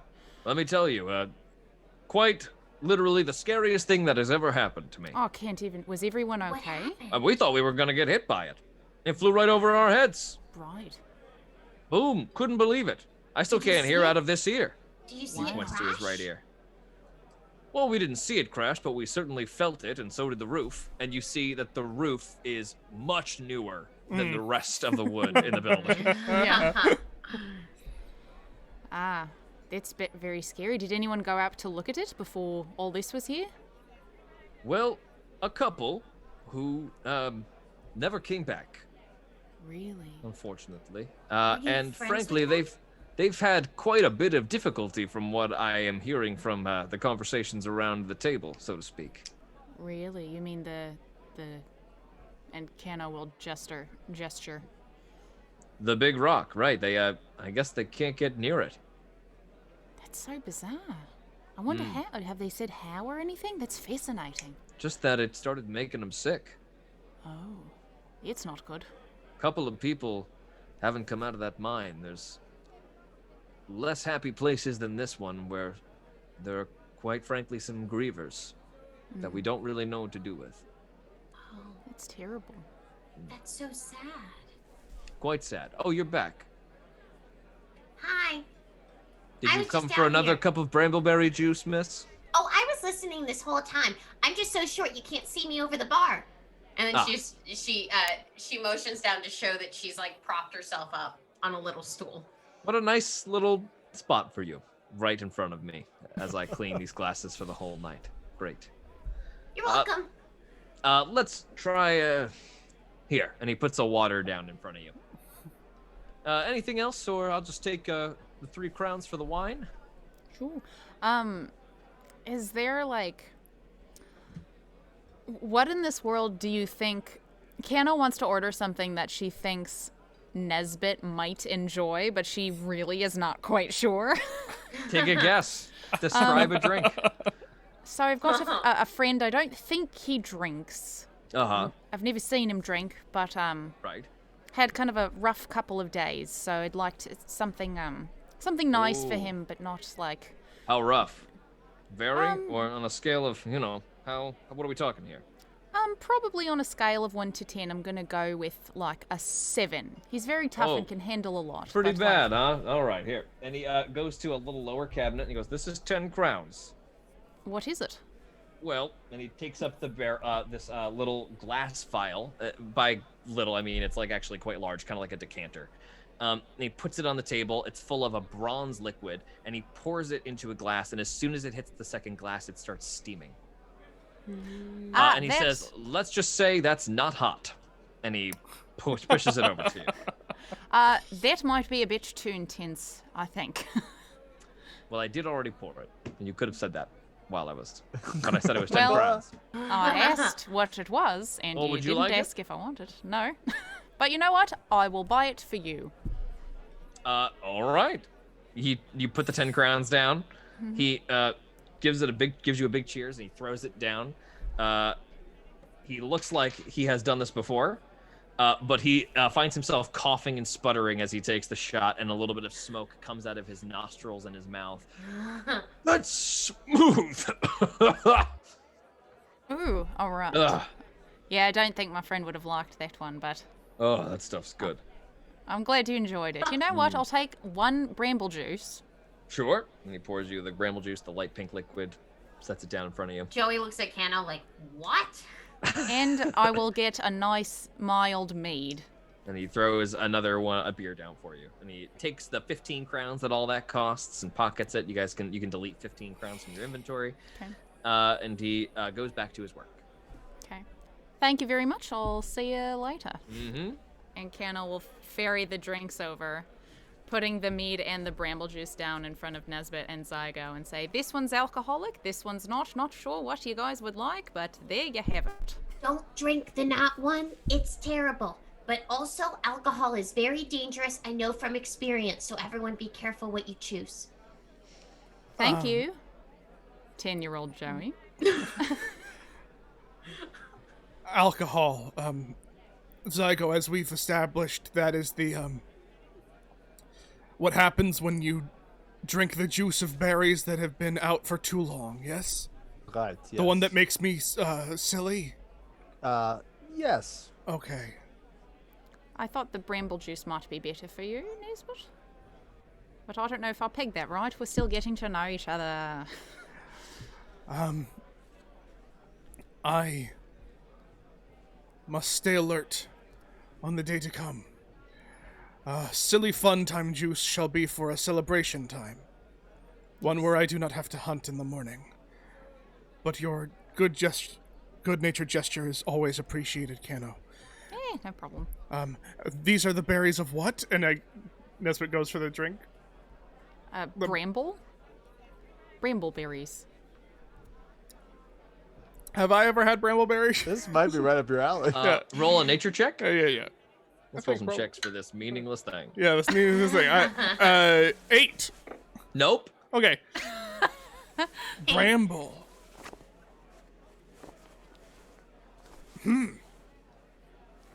All right. Takes a drink of it. Very bitter. A little sweet. Tangy. Ooh. This is very good. Colony, it is sweet and bitter. Go. Oh, and then you no. just see the ants just like delve into the cup.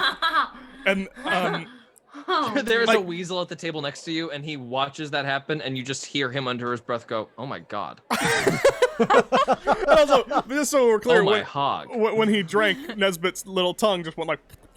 It was like, oh, that was very good and sweet. And then just like all the ants just goes like. Yeah, you all turn around at the "Oh my hog," and he averts eye contact and looks into his drink. And And just all at that like- moment, Yes. just at that moment, the door opens in the front of the bar, and a plate-clad lion walks into the bar with clink, clink, clink. A little bit of the talking subsides as everybody looks up. The lion removes the helm that reveals his face. The mane was sticking out the back of. And the hippo fella, the bartender behind the counter, looks at the lion. The lion says, "Looking for merchants." And the hippo just quickly points at Kano and you, the group. "You there. Mr. Belsantium will see you now." Kano looks over at the lion and says, "All right, do we follow you, or is he coming here?" "On my tail, please." All right. Can Kano roll an insight check? Sure. Oh, that's cocked. 11. Not sure. He just looks really intent and determined and professional. Okay. Not his eyes laser focused. He is alert as hell, and he's got a big old broadsword on his hip that he is just slightly touching, but not like he's like ready to go. Come on. He opens the door and heads outside. Not quite heading outside, but opening the door for you to precede him. Would Joey be able to like subtly whisper something to Nesbit, or would the lion pick up on it? No, you'd be able to subtle whisper. Joey subtly whispers, Can we leave an ant to watch the cart?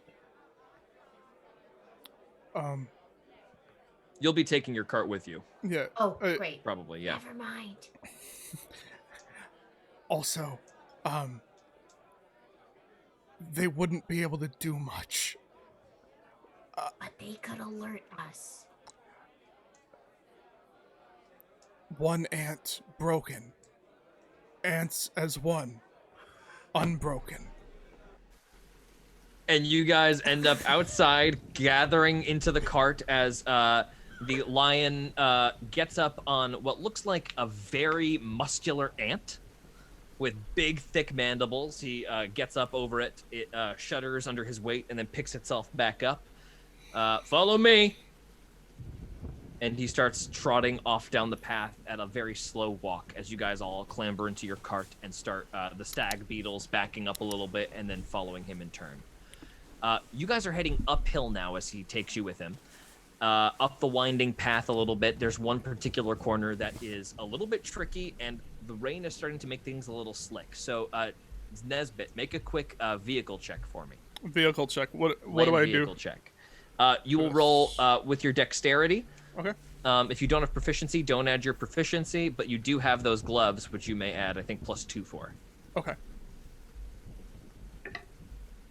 Land vehicle check. It's just a dex check. Yeah. Okay, so dex is that's 6. So it's gonna be 13. 13, just barely. It looks like one of your wheels actually kind of like goes out over the edge of quite a sheer cliff, but then the beetles just pull the whole thing. You guys feel the cart tip a little bit, and you right yourselves, and you go up another pathway past some of the bramble. Now the rain gets a little bit more muted.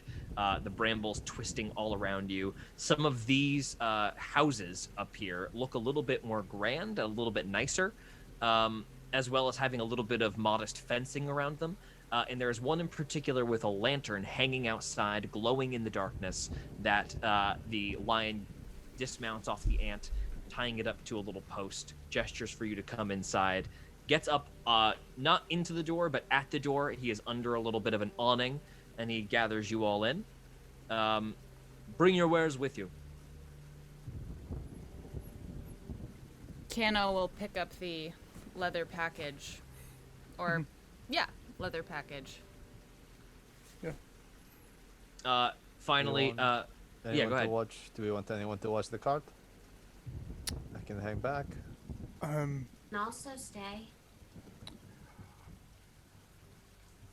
As the driver, I can also stay, but unless he wants all of us there. How about I stay with the cart, if they'll allow? If this deal goes south, you are the person I would definitely want there the most, however. We're just going in a tent, right? In a house. My house, okay. Oh no. You're under an awning that like leads to the front door of a house. Looks like a 2-floor house. Like if you're thinking like a Revolutionary Times house, like a 2-floor nice bungalow. It makes the most sense for me to wait outside. You guys don't want to bring a child into your dealings. All right, I'll go in. Your lying abilities, for lack of a better word. All right. I'll go in with you. Joey staying outside? Yeah. Yeah. All right, sweetheart. Why don't you go ahead and wait outside while the adults go in and deal with this? That's not fair. When am I going to be big enough to come with you? One day you will. You'll be grown up and doing this with us. Grown up. I'm 10 years old. Oh, I know. And Kendall's kind of like making a show of it a little bit. Who has the higher deception check? I probably do. I'm +9. Roll deception with advantage. I just nat 20. Okay. There we go. The lion says nothing as you guys leave Joey at the cart. Makes no mention of it. He just, as soon as you gather around him underneath the cover of the awning, he just says to Zygo specifically, there are 3 stairs here when you walk in. Now everyone make sure. No eye contact with Mr. Belsantium unless he requests it. He gets sensitive about that. Of course. Thank you. Great. He knocks on the door in a pretty cryptic pattern. It seems very counterintuitive, and almost immediately the door opens, and there is an ancient-looking poodle there. Yes! The merchant's here to see Mr. Belsantium. Oh, yes, of course! Lord Belsantium! Lord Belsantium! Your guests have arrived! And there's an echo in the house. Oh, good, send them in. Right this way. And the ancient poodle, very clumsily, with one hand on a cane and the other hand on the wall, guides you deeper into a poorly lit hallway as the door behind you closes. Let's get me a inside. There we go. The fire in the hearth starts to become a little more obvious as you approach further and further into a kind of workspace. The floor is hardwood with a very large leather mat kind of laid out. 3 or 4 workbenches with basically what look like podcast mic stands everywhere with magnifying glasses at the end of them. And lots of little tools. A little glimmer on one of the desks indicates a couple of jewels sort of laying about on a little open pouch. And in a big red leather chair, there is somebody sitting in it, manipulating the tools with a gigantic magnifying glass in front of their face. As soon as you walk into the room, you hear him pipe up. So, what have you brought for me? These merchants seem to have their wares with them, Lord Belsantium. Well, good. I'm excited to take a look. And the chair swivels around, and there is a very stout, bespectacled mole sitting in the chair. The magnifying glass is still in front of his face as he whips around, and you just see a gigantic mole eyes. Looks like Sonic the Hedgehog for a second. And then excuse me. And he moves the magnifying glass, and his eyes are suddenly very beady and very small. And also, the spectacles are lying very low on his pink, frilled nose. You'll have to pardon me. My eyesight's not what it used to be. How many of you are there? There's 3 of us, and Kano's looking down because we're not supposed to make. This is who we're not making eye contact with, right? Yes. Okay. Oh. Is this 3? Why are you all looking at the floor? It's a nice floor. You could. I mean, when you. Did Gary tell you not to look me in the eye? Gary, stop telling people that I'm some sort of big He's outside. He can't hear me. Just ignore anything he told you about me. I'm a nice guy, really. My reputation precedes me in a way that I unfortunately have no control over. Kano will look up and say, "My apologies. Don't you dare look at. I'm just kidding. I can't help it. See, I'm a you're fun kidding me. guy. You're I'm a kidding fun. No, that was good. You got my heart pumping a little bit. Sometimes with a with a reputation like I have, being the big scary jeweler, you know, it's just it's a foolish legend that they have inflated to amplify the importance of my position. But Well, And I'm assuming you've been here for a while, right? And not we've been here for approximately 6 days since we've moved down from the Emerald Coast. Ah. George, All right, so we've heard that name. The jeweler. Yeah. I have heard the jeweler before. Yeah. Oh, Did yeah. Flavio say something? about it? Flavio, yeah. Flavio mentioned it was the whole thing was under the operation of the jeweler. Right. This guy is in charge of the whole fort. Right. Right. And he is a fleet. Is he a like technically? Of He the is fleet not. Family. He is or- not. He was just called Mr. Belsanthium. Right. Okay, but it is in charge of this encampment, basically. Yes, he's in Good charge memory. of the fort. Notes. So, I've heard you've all brought me a bit of moth leather. Is that right? Yes. We killed it ourselves, actually, although Can the I see panda it? didn't believe us. Yeah, of course. Well, killed Kenna it will. yourself, you say? Yes. Well, that's no small feat to kill a flying giant moth. Let me see the wing. Kano will bring it over and hold it out. When he sees the size of it, his mouth drops open. Ah, How- so you've never seen one this big before. How big was such a creature? And he holds it, he's kind of got it up in his hands, admiring it. Such a fine piece of wing. It was a brood mother's. You killed a brood mother moth?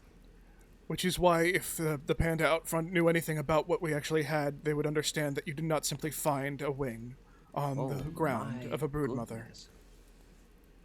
Well, this is very interesting indeed. Well, I have many such applications for such a thing. What is your price, merchants? We'd like to look at the comet. I'll look at the comet. Ah, interesting. And why is that? And he swings his magnifying glass in front of his face to get a better look at yours. And his face balloons. In my entire life, I've never seen something as beautiful as what shot across the skies 6 nights ago. I've been lacking a lot. Was it? I missed it. You didn't see it? It was No. beautiful. Didn't believe it was even here until the contract came through and Baron Fleet ordered me down here. It was one of the most spectacular things I've ever seen. Like a piece of heaven falling down, lying in the mountains. And my friend here, Zygo, has a head for stars. Always has. I have a head for hunting, and if my abilities can help him see something like this, or, well, experience something like this, it's been a hard few days. Then, yes, all we wish to do is be close to it. Well, I can start this negotiation off with the easiest answer I've ever given. To see the comet is absolutely and entirely out of the question. Is there another price? I see you are disappointed. Let me explain. I don't wish to shoot your dreams, so to speak, before they have crawled to the ocean to flourish. I just wish to make it extremely clear. To approach such an entity as the fallen comet would be an expedition so foolhardy as to not only not be worth it, but to have been a complete waste of all of your lives. Lives. Yes. I suppose. To convince you quicker, I should simply be forthcoming. We have sent several miners into the chasm that the comet has wrought, and not a single one has returned yet. We have recovered some materials from shards of the comet that have impacted in surrounding areas. For example, we've acquired a bit of this, and he holds up like a big, thick, gray orb rock. Most interesting substance. Equal parts extremely malleable under low enough temperatures, and yet extremely sturdy once it has reached normal resting temperature. I believe there will be many incredible, innovative, practical applications for such a metal. But when approaching the source, that's when things get different, and the sickness takes hold. Really quickly, how much did Cassandra want us to get? I can't remember. Just enough that she can take a significant sample and replicate it potentially. Okay. Well, Would you mind? What sort of sickness? He sort of leans forward to all of you. I can tell you, but it is not pleasant. Is that all right with all of you? None weak of stomach, I hope. We have No. come all this way. It seems silly not to at least hear what we are up against. He takes a breath. All right. And we cut outside for a moment. Joey is sitting on the cart underneath a tarp. It's raining quite hard all around her. Make a perception check, Joey. 22. You start to notice that there is a figure sort of at the tree line. This figure walks forward. It appears to have been the weasel from the bar. And he is hooded as well. As he gets a little bit closer to the cart, he is curiously looking at it. Are you hidden, or are you just sat up on top? I'm sitting on top. Okay, so he spots you right away, and he has like a kind of like he's walking a little funkily towards you, almost curiously as he's inspecting the side of your carriage, and he looks up at you and says, "Hard night to be keeping watch, huh?" Yeah, it's very cold out here, but you know me, I'm just a kid. I'm not allowed in the big business dealings. Big business dealings. We've not seen anybody with so much in the cart as of late. And he peers around the back of the cart. Oh, well, you know, everything that's worthy is already in the house with the big master. He's Really? very intimidating. Uh, Yes. Well, surely merchants have a backup store. And he Goodness, knocks. I wish we did. He comes around the side and he knocks on the box that's in the back. Yeah, see, that's all I have left from my home life. I lived in a village and it burned down, and this is all I could save. So it's what we keep in the back for safekeeping. Roll a persuasion check. Or roll a deception check first. Sorry. So add the Okay. deception bonus to that. My deception check was a 25. And then roll a persuasion check for me. My persuasion check was a 19. Man, right person to keep about the cart. Oh, yes.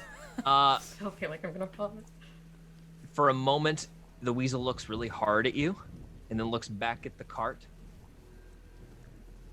And then from behind his back, he reveals a dagger in his sleeve that he holsters and sort of rolling his eyes, just nods and says, well, have a good night.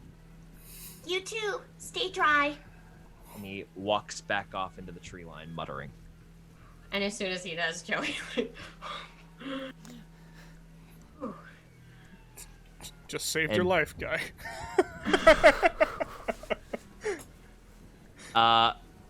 Back inside, Mr. Belsanthium leans forward. It all started with the first battalion of the first squadron of miners that we sent inside. If you go closer to the actual crater, you'll find several bodies lying there. It happened very suddenly, but it was the last in that were the only ones to emerge. And they came out with blood pouring from every orifice, coughing and vomiting, and it was invisible, whatever it was. A disease, an aura, I do not know. But as soon as they grew near, the discomfort in all of their body language was clear. So whatever it is progresses, but is onset immediately. We have no way around it. Don't know what it is. We've had a few roaches out to the crater to sniff around and see if they can find anything, and they seem utterly unaffected. So either they're immune to whatever this aura or energy is, or it is sentient and targeting. We do not know which. I am sure, and you see like a determined, not greed, but like excitement, kind of. He says, I am sure that deep within the core of the mountain, there is a more pure version of this metal. You see this, and he points at that big gray blob, is mixed with rock and useless things. Hard to get a good sample from it. At least what its exact makeup should be. What you see before you is, I suppose we should call it star metal. A star metal and stone alloy. Basically useless. Can't forge it into anything, it will simply crumble. But if we could get to the center and find out what's in there, perhaps I could end this contract early, or at least not go past the terms of our original. Baron Fleet will be irritated if I request more funds.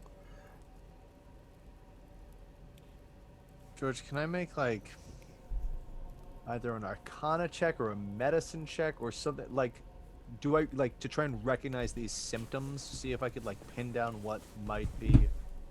Not from just being told about it. Yeah, I'd have to see it. Yeah. Okay. You can ask to see something. Yes. Nah, it would make no sense for me to ask to see anything. Okay. Oh, right.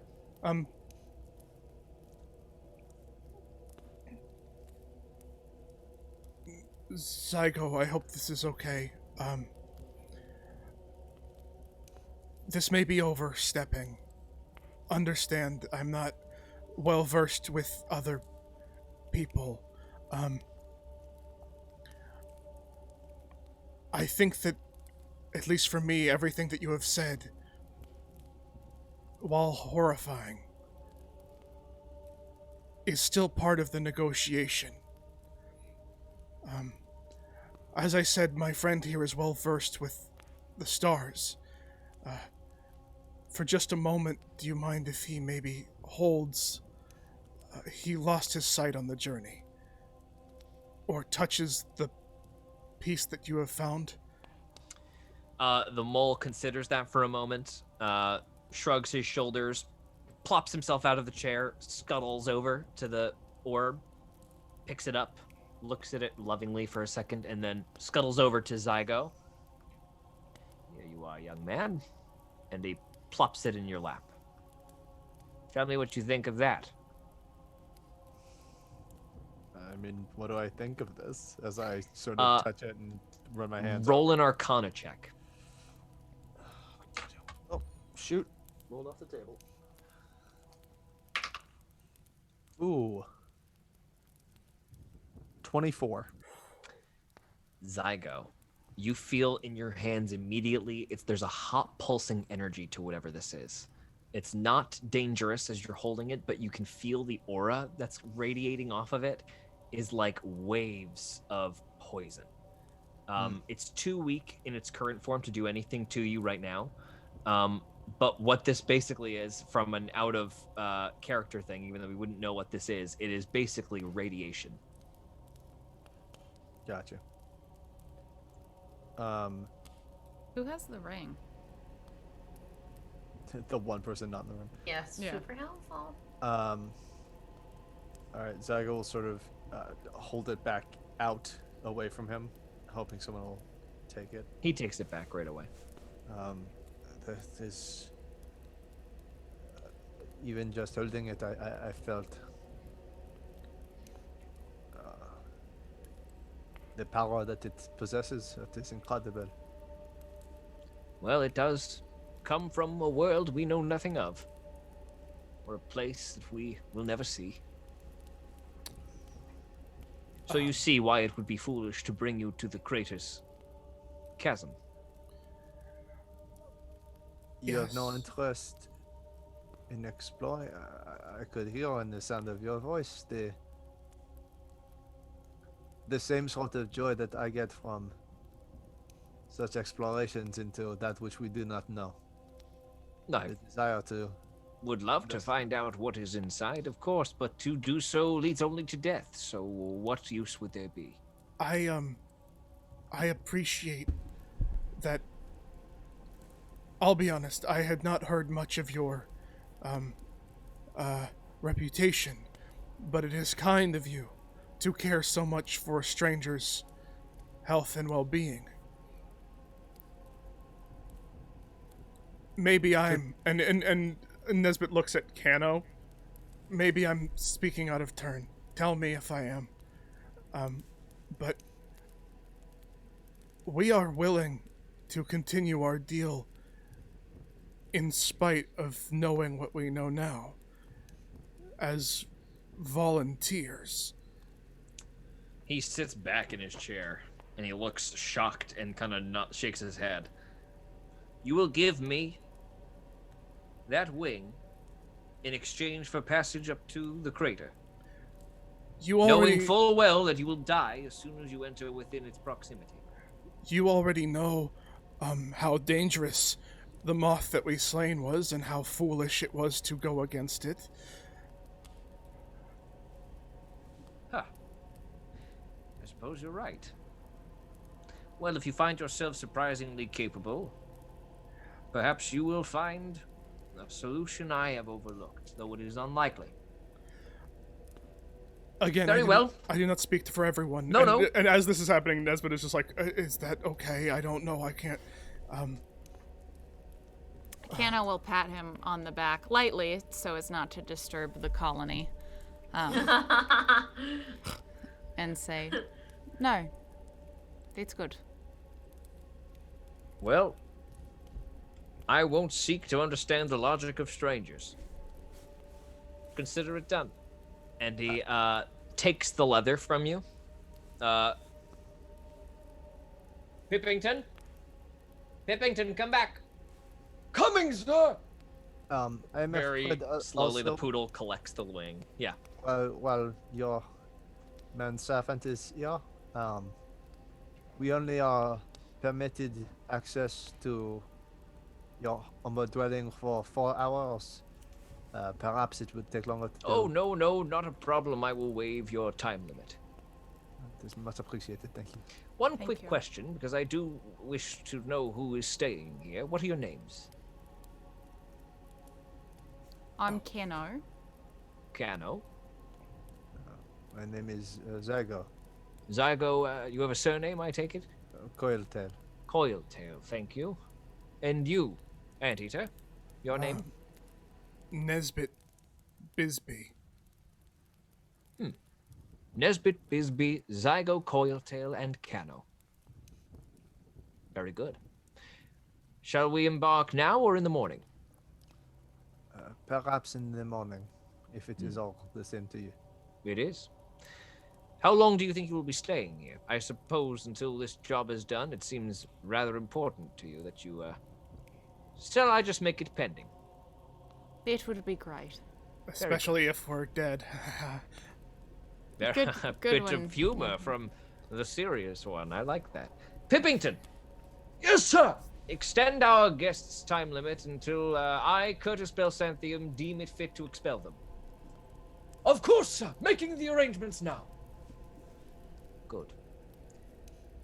Shall I lead you to your accommodations, or I shall have Gary lead you? If you do not mind. Come with me, and he leads you back out to the front door, opens the door to the raining outside. Gary, the commanding lion, is standing there. Commander, if you would do a kindness for me and lead these to the Humbleton suite. The commander looks shocked. You want them in the suite next door? Yes. They're our guests. They deserve accommodations. Clearly, they've been through the ringer. And it's good to keep an eye on them, I think. And he looks back at you smiling as if it's a joke, but you can all kind of tell it's also not a joke. Commander kind of shakes his head perplexed. All right, follow me. He comes back around the house to find Joey in the cart waiting for you guys all outside. Joey sorry, is not like battle stick music. straight with her eyes wide open. Like, Right, yeah, just hanging out in there. Everybody walks back out to the cart to rejoin Joey, who looks a little like shocked and a little bit struck by something, which is probably the almost getting robbed experience you just had. And the commander starts leading you off down the path as the cart trundles behind you. It's only about a couple 100 feet, so if you guys want to get in any quick talking, you can, but... Kiana will pat Joey on the back and say, "So, did everything go okay? You seem a bit shaken."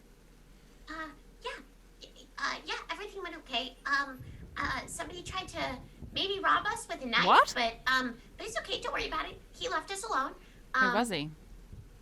I think he was the weasel from the bar. The one who noticed Nisbet? Yeah, I just think because we're merchants, we might attract some attention, so we should probably be a little cautious. I think watches are a good idea. Good on you, Joe. Are you You all right? guys... go ahead, Zygo. Are you all right? Yeah. All right. Well, whatever you did, it worked. Anything to get you out of a mugging or a robbery. It's not easy and it doesn't come to everybody. Thanks. Commander Gary pulls you in front of a very nice-looking house, very similar to the one that looks like Curtis Belsantium is staying in, the jeweler. You guys are given free leave to enter the front door as you like. Commander Gary, before he leaves, does say there will be a guard posted outside your front fence. If you have any questions about navigating the settlement or anything like that in the morning, let him know. Otherwise, consider him essentially a guard keeping you here. Unfortunately, as guests, you will have a curfew of 9 p.m. That's fine. Such a curfew will be lifted at 9 a.m. the following morning. Though, of course, you have free reign of the grounds out here, in case you need to get outside. And do we have food and wares in the house as well? All inside, stored. You'll find dried bug steaks inside in the kitchen, as well as an ample supply of water. And some vegetables from the garden. Wonderful, thanks. Very good. Good job, you guys. Commander Gary puts his helm back on, walks back out into the rain with his broadsword on his hip, and leaves you all in a much nicer home than you are typically accustomed to. Kano will kind of like look after the lion and just sigh and take a big swig of her wine flask. Yeah, can we at least unload the Honestly, I'll say just unload the entire cart as to not arouse suspicion into Yep, the into whole home. cart, all of the remnants of the cart get loaded back into the house. You guys can put it anywhere you like. There are some Yeah. upstairs rooms. There is enough room in the living room for all of you. It's a very luxurious cabin, basically. So, if we are to do this tomorrow, I believe I have some ways of ameliorating some of what might be coming towards us. However, holding that stone, there is a very serious poisonous energy that was radiating from it, and Yes. I do not know how we can completely stop this. Grubchild, sorry. Before we do anything, because the truth is that we could still run. Where we're going. The meteor seems to be hurting people, getting them sick. We have, in essence, volunteered because of how dangerous it is, but I will not take you in there if you do not wish to. It has to be your choice, not ours. That is what we're dealing with now. I'm going with you. Okay. Dance together strong, right? Yes. As long as Brush is safe. And that's the question.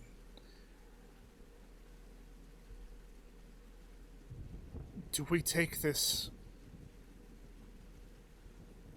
boy with us without his knowledge and subject him to more harm? Could kill him to bring him to this stone. Or No, do we we leave him and subject him to whatever else fate while we're gone? Could we maybe ask the beetles to guard him while we're gone? It's safe in this place that we could lock it in. If somebody already came for the cart tonight, there is nothing to say that they would not come back. And it is not lost on me that they can still find us and know our names. And those who know our names know what we carry. We did not give your name, Joey. We are just not good at lying. At least I'm not.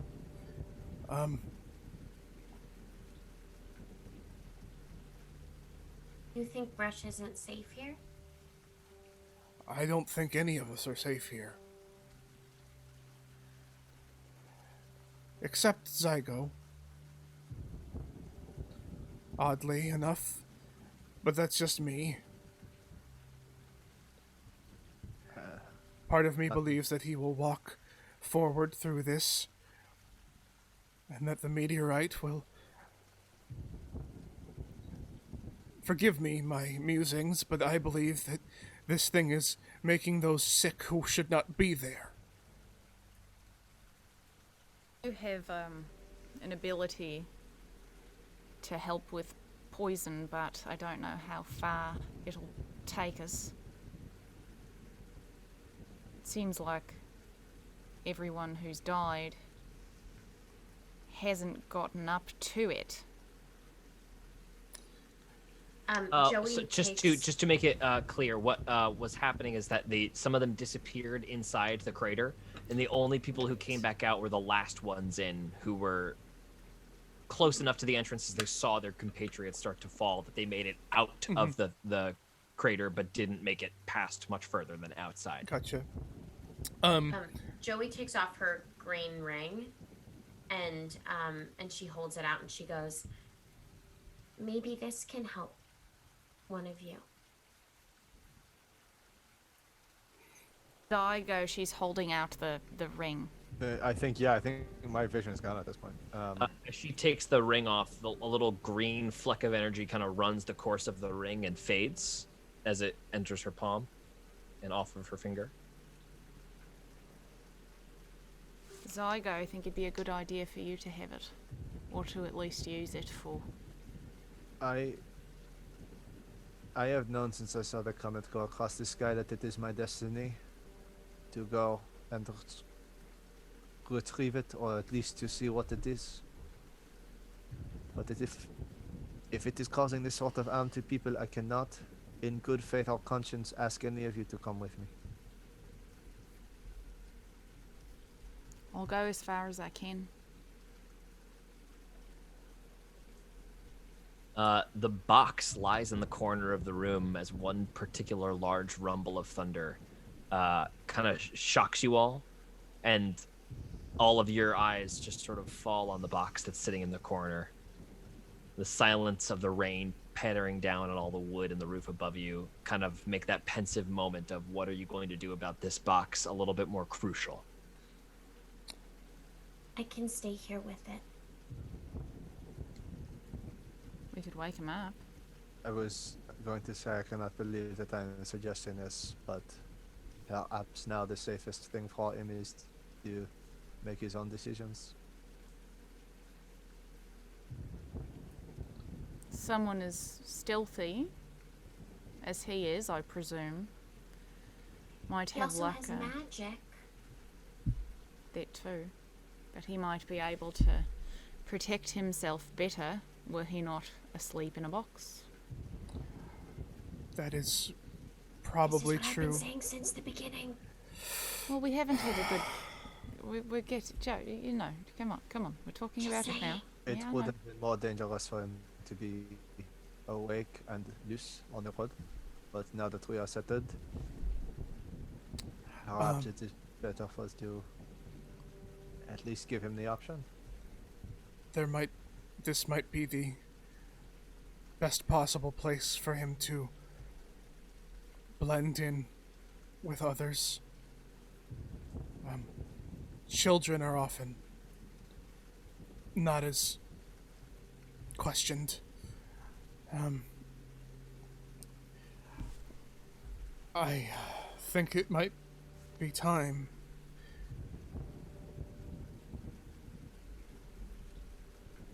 Kano's gonna go over to the box and try and open it. It's not locked. It's chained shut, and you guys like wrapped chains and stuff around it. So right away, just like unfurling the chains, unlatching it.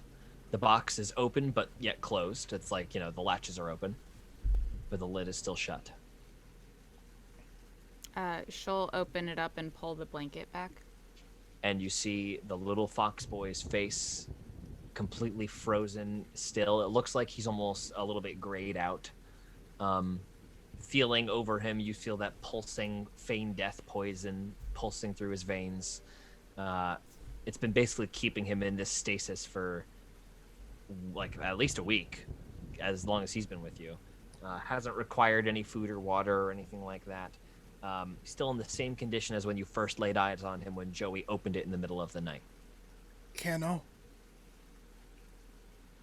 let's Yes. let's let him wake up in a bed. Kano will gingerly take him out of the box and cradle him and look around for a bed or couch like. Okay, there's not one really upstairs, but Are we there upstairs? is, downstairs. But upstairs you find a couple of bedrooms where you can lay him down on a bed if you wish. Okay. Joey immediately sits on the bed next to him. Zygo, Okay. do you need help up the stairs? Not mind. Kano will gently lay down the boy and wait for everybody to be in the room. Kind of looking around at everybody to make sure it's okay. Everybody gathers around. The fox boy very gently kind of plops down into a very luxurious comforter, kind of form fits to his body, and he lays there shallowly breathing. Nesbit, I mean this in the kindest and gentlest way, but perhaps you should have an arrow loaded, just to be safe. No, not Nesbit. Someone else. I'm sorry, Nesbit. I just get scared of your arrows sometimes. No, it's right. Anna will. Do I have a dagger? Mm-hmm. Give a javelin. Okay. Kano will kind of hand a javelin over to Zygo. But hide it. Don't scare him when he wakes up. You can Also, use what this am I as- going to do with this? Well, you can stab him. I don't know. We're not going to need it. I We won't need promise. it. Crack of thunder. I'm Lightning. going to keep watch outside the door. I know I'm not the softest of faces to see. And Nesbit will walk out the door and just like keep watch. Just kind of go downstairs, like up and back, and just start making perimeters around, just kind of trying to make sure no one's in. And he just kind of leaves without a word, like just like. One moment, if you'd be so kind. And Zygo will just root through his bag and pull on the counterspell glove. Okay. Kano, on second thought, will put the javelin back in her thing and take it back. And she'll take both of her wings and place them on either side of the boy's head.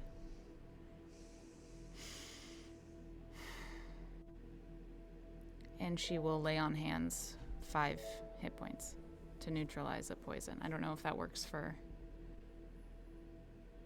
And that's where we're gonna stop for tonight. Oh, man. Oh. Yes! God, Your groans make me stronger! Ah! I mean, like, you know, it makes sense, but it's still Yeah, different. it makes sense. It's the perfect time. We're almost Yeah. at 9. It's perfect on spot, but you can Right. go fuck yourself. I will see you in 10 minutes in your room, George. Hey, I live with you, you idiot. Fuck you. They live together. It's not weird. yeah. They live together. Oh my Oh, god. man. You're gonna wake up with Oh my roaches in your God. bed. Too fun. Oh my So God. fun. Wow, guys, what a fucking crazy session. That was so dope.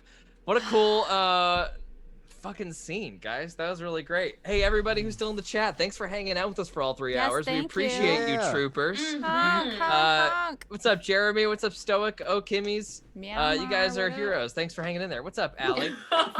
Yeah, good. I'm glad. too. Your groans also make me stronger, chat. He can hear your groans. More groans, more groans. Groans. That was Jacquard. super crazy fun. Thanks for popping in, everybody. We are going to be back. What's up, Jack? Yeah, thanks for hanging in, man. Jack. Je suis Jacquard. Quiet. Pamplemousse. We are gonna be back next Tuesday as usual.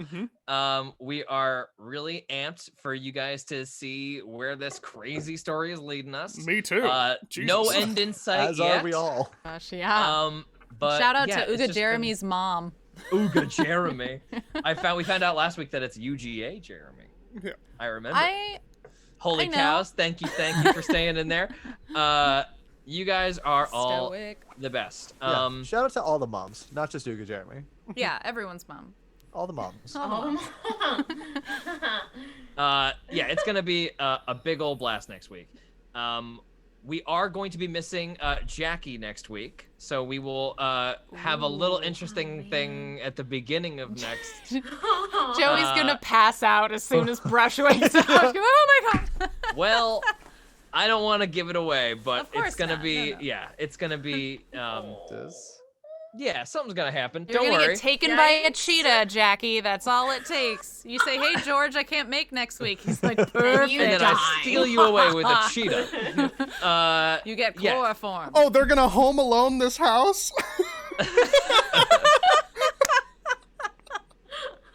We three Oh go my off to a God. comet and they just rig the whole thing up. Yeah. Yeah. Oh, man. The wet bandits. Yeah.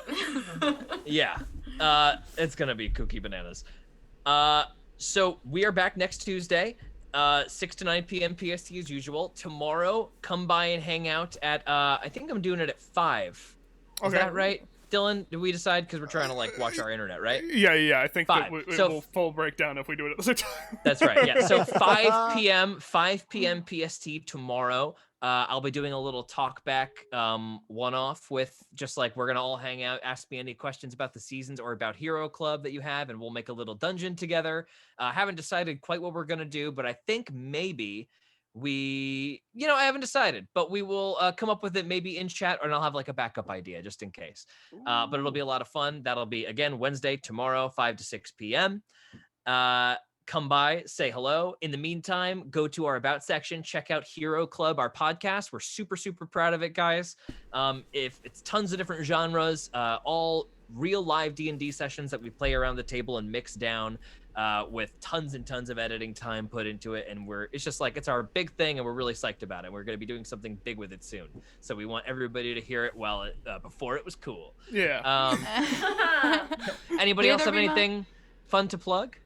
I was gonna say the Here There Be Monsters, baby. Get some more Emporia going. New animals are fun. If you're addicted to Emporia, we have an awesome Emporia season that's it's higher level and a little bit more high stakes on a world scale. If We've you're got interested otters, in that kind of thing. elephants, monkeys, we got elephants. a mouse. I'll just say that mouse. tomorrow at 6:30, just in case you want to go over a little bit, George, I'll be streaming on my channel. I just started a playthrough of Alien Isolation, and oh my god, it's the worst thing I've ever decided to do. I hate every part of it. Screaming.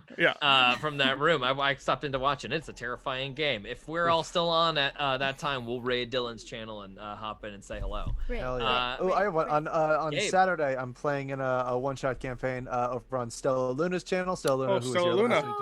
Hey, Stella Luna is a follow. Has popped in the yeah. chat over here. Oh, hey, speaking of which, playing Saturday on Stella Luna's channel for a big stream that she's doing, a charity raising thing, which is incredible. Amazing. The same sort of group that we got together last time, our good friend Aaron of Trixie Wizard DMing it. Nice. And that's Aaron's happening. And is at, Jasmine in it as what? Jasmine is on it as well. Friend of the show, Aw. Jasmine. Hey, Is she gonna Jasmine. shoot things? We love it. She is not. She's a monk in this one, and it's What? great. I Ooh. know. Change of pace. Change of pace. But that's happening 6 p.m. PST on Saturday. So go On check that out Saturday. as well. Got it. Saturday. Okay, Fun. awesome. Perfect. All right. Awesome. Thank you all so much for being here. PCs, thanks for being so incredible. That's a blast. And we'll see everybody tomorrow, next week. And Gable and Jasmine will see you on Saturday. Hell yeah. Awesome. All right. Good night, everyone. Night, everyone. Good night. Bye.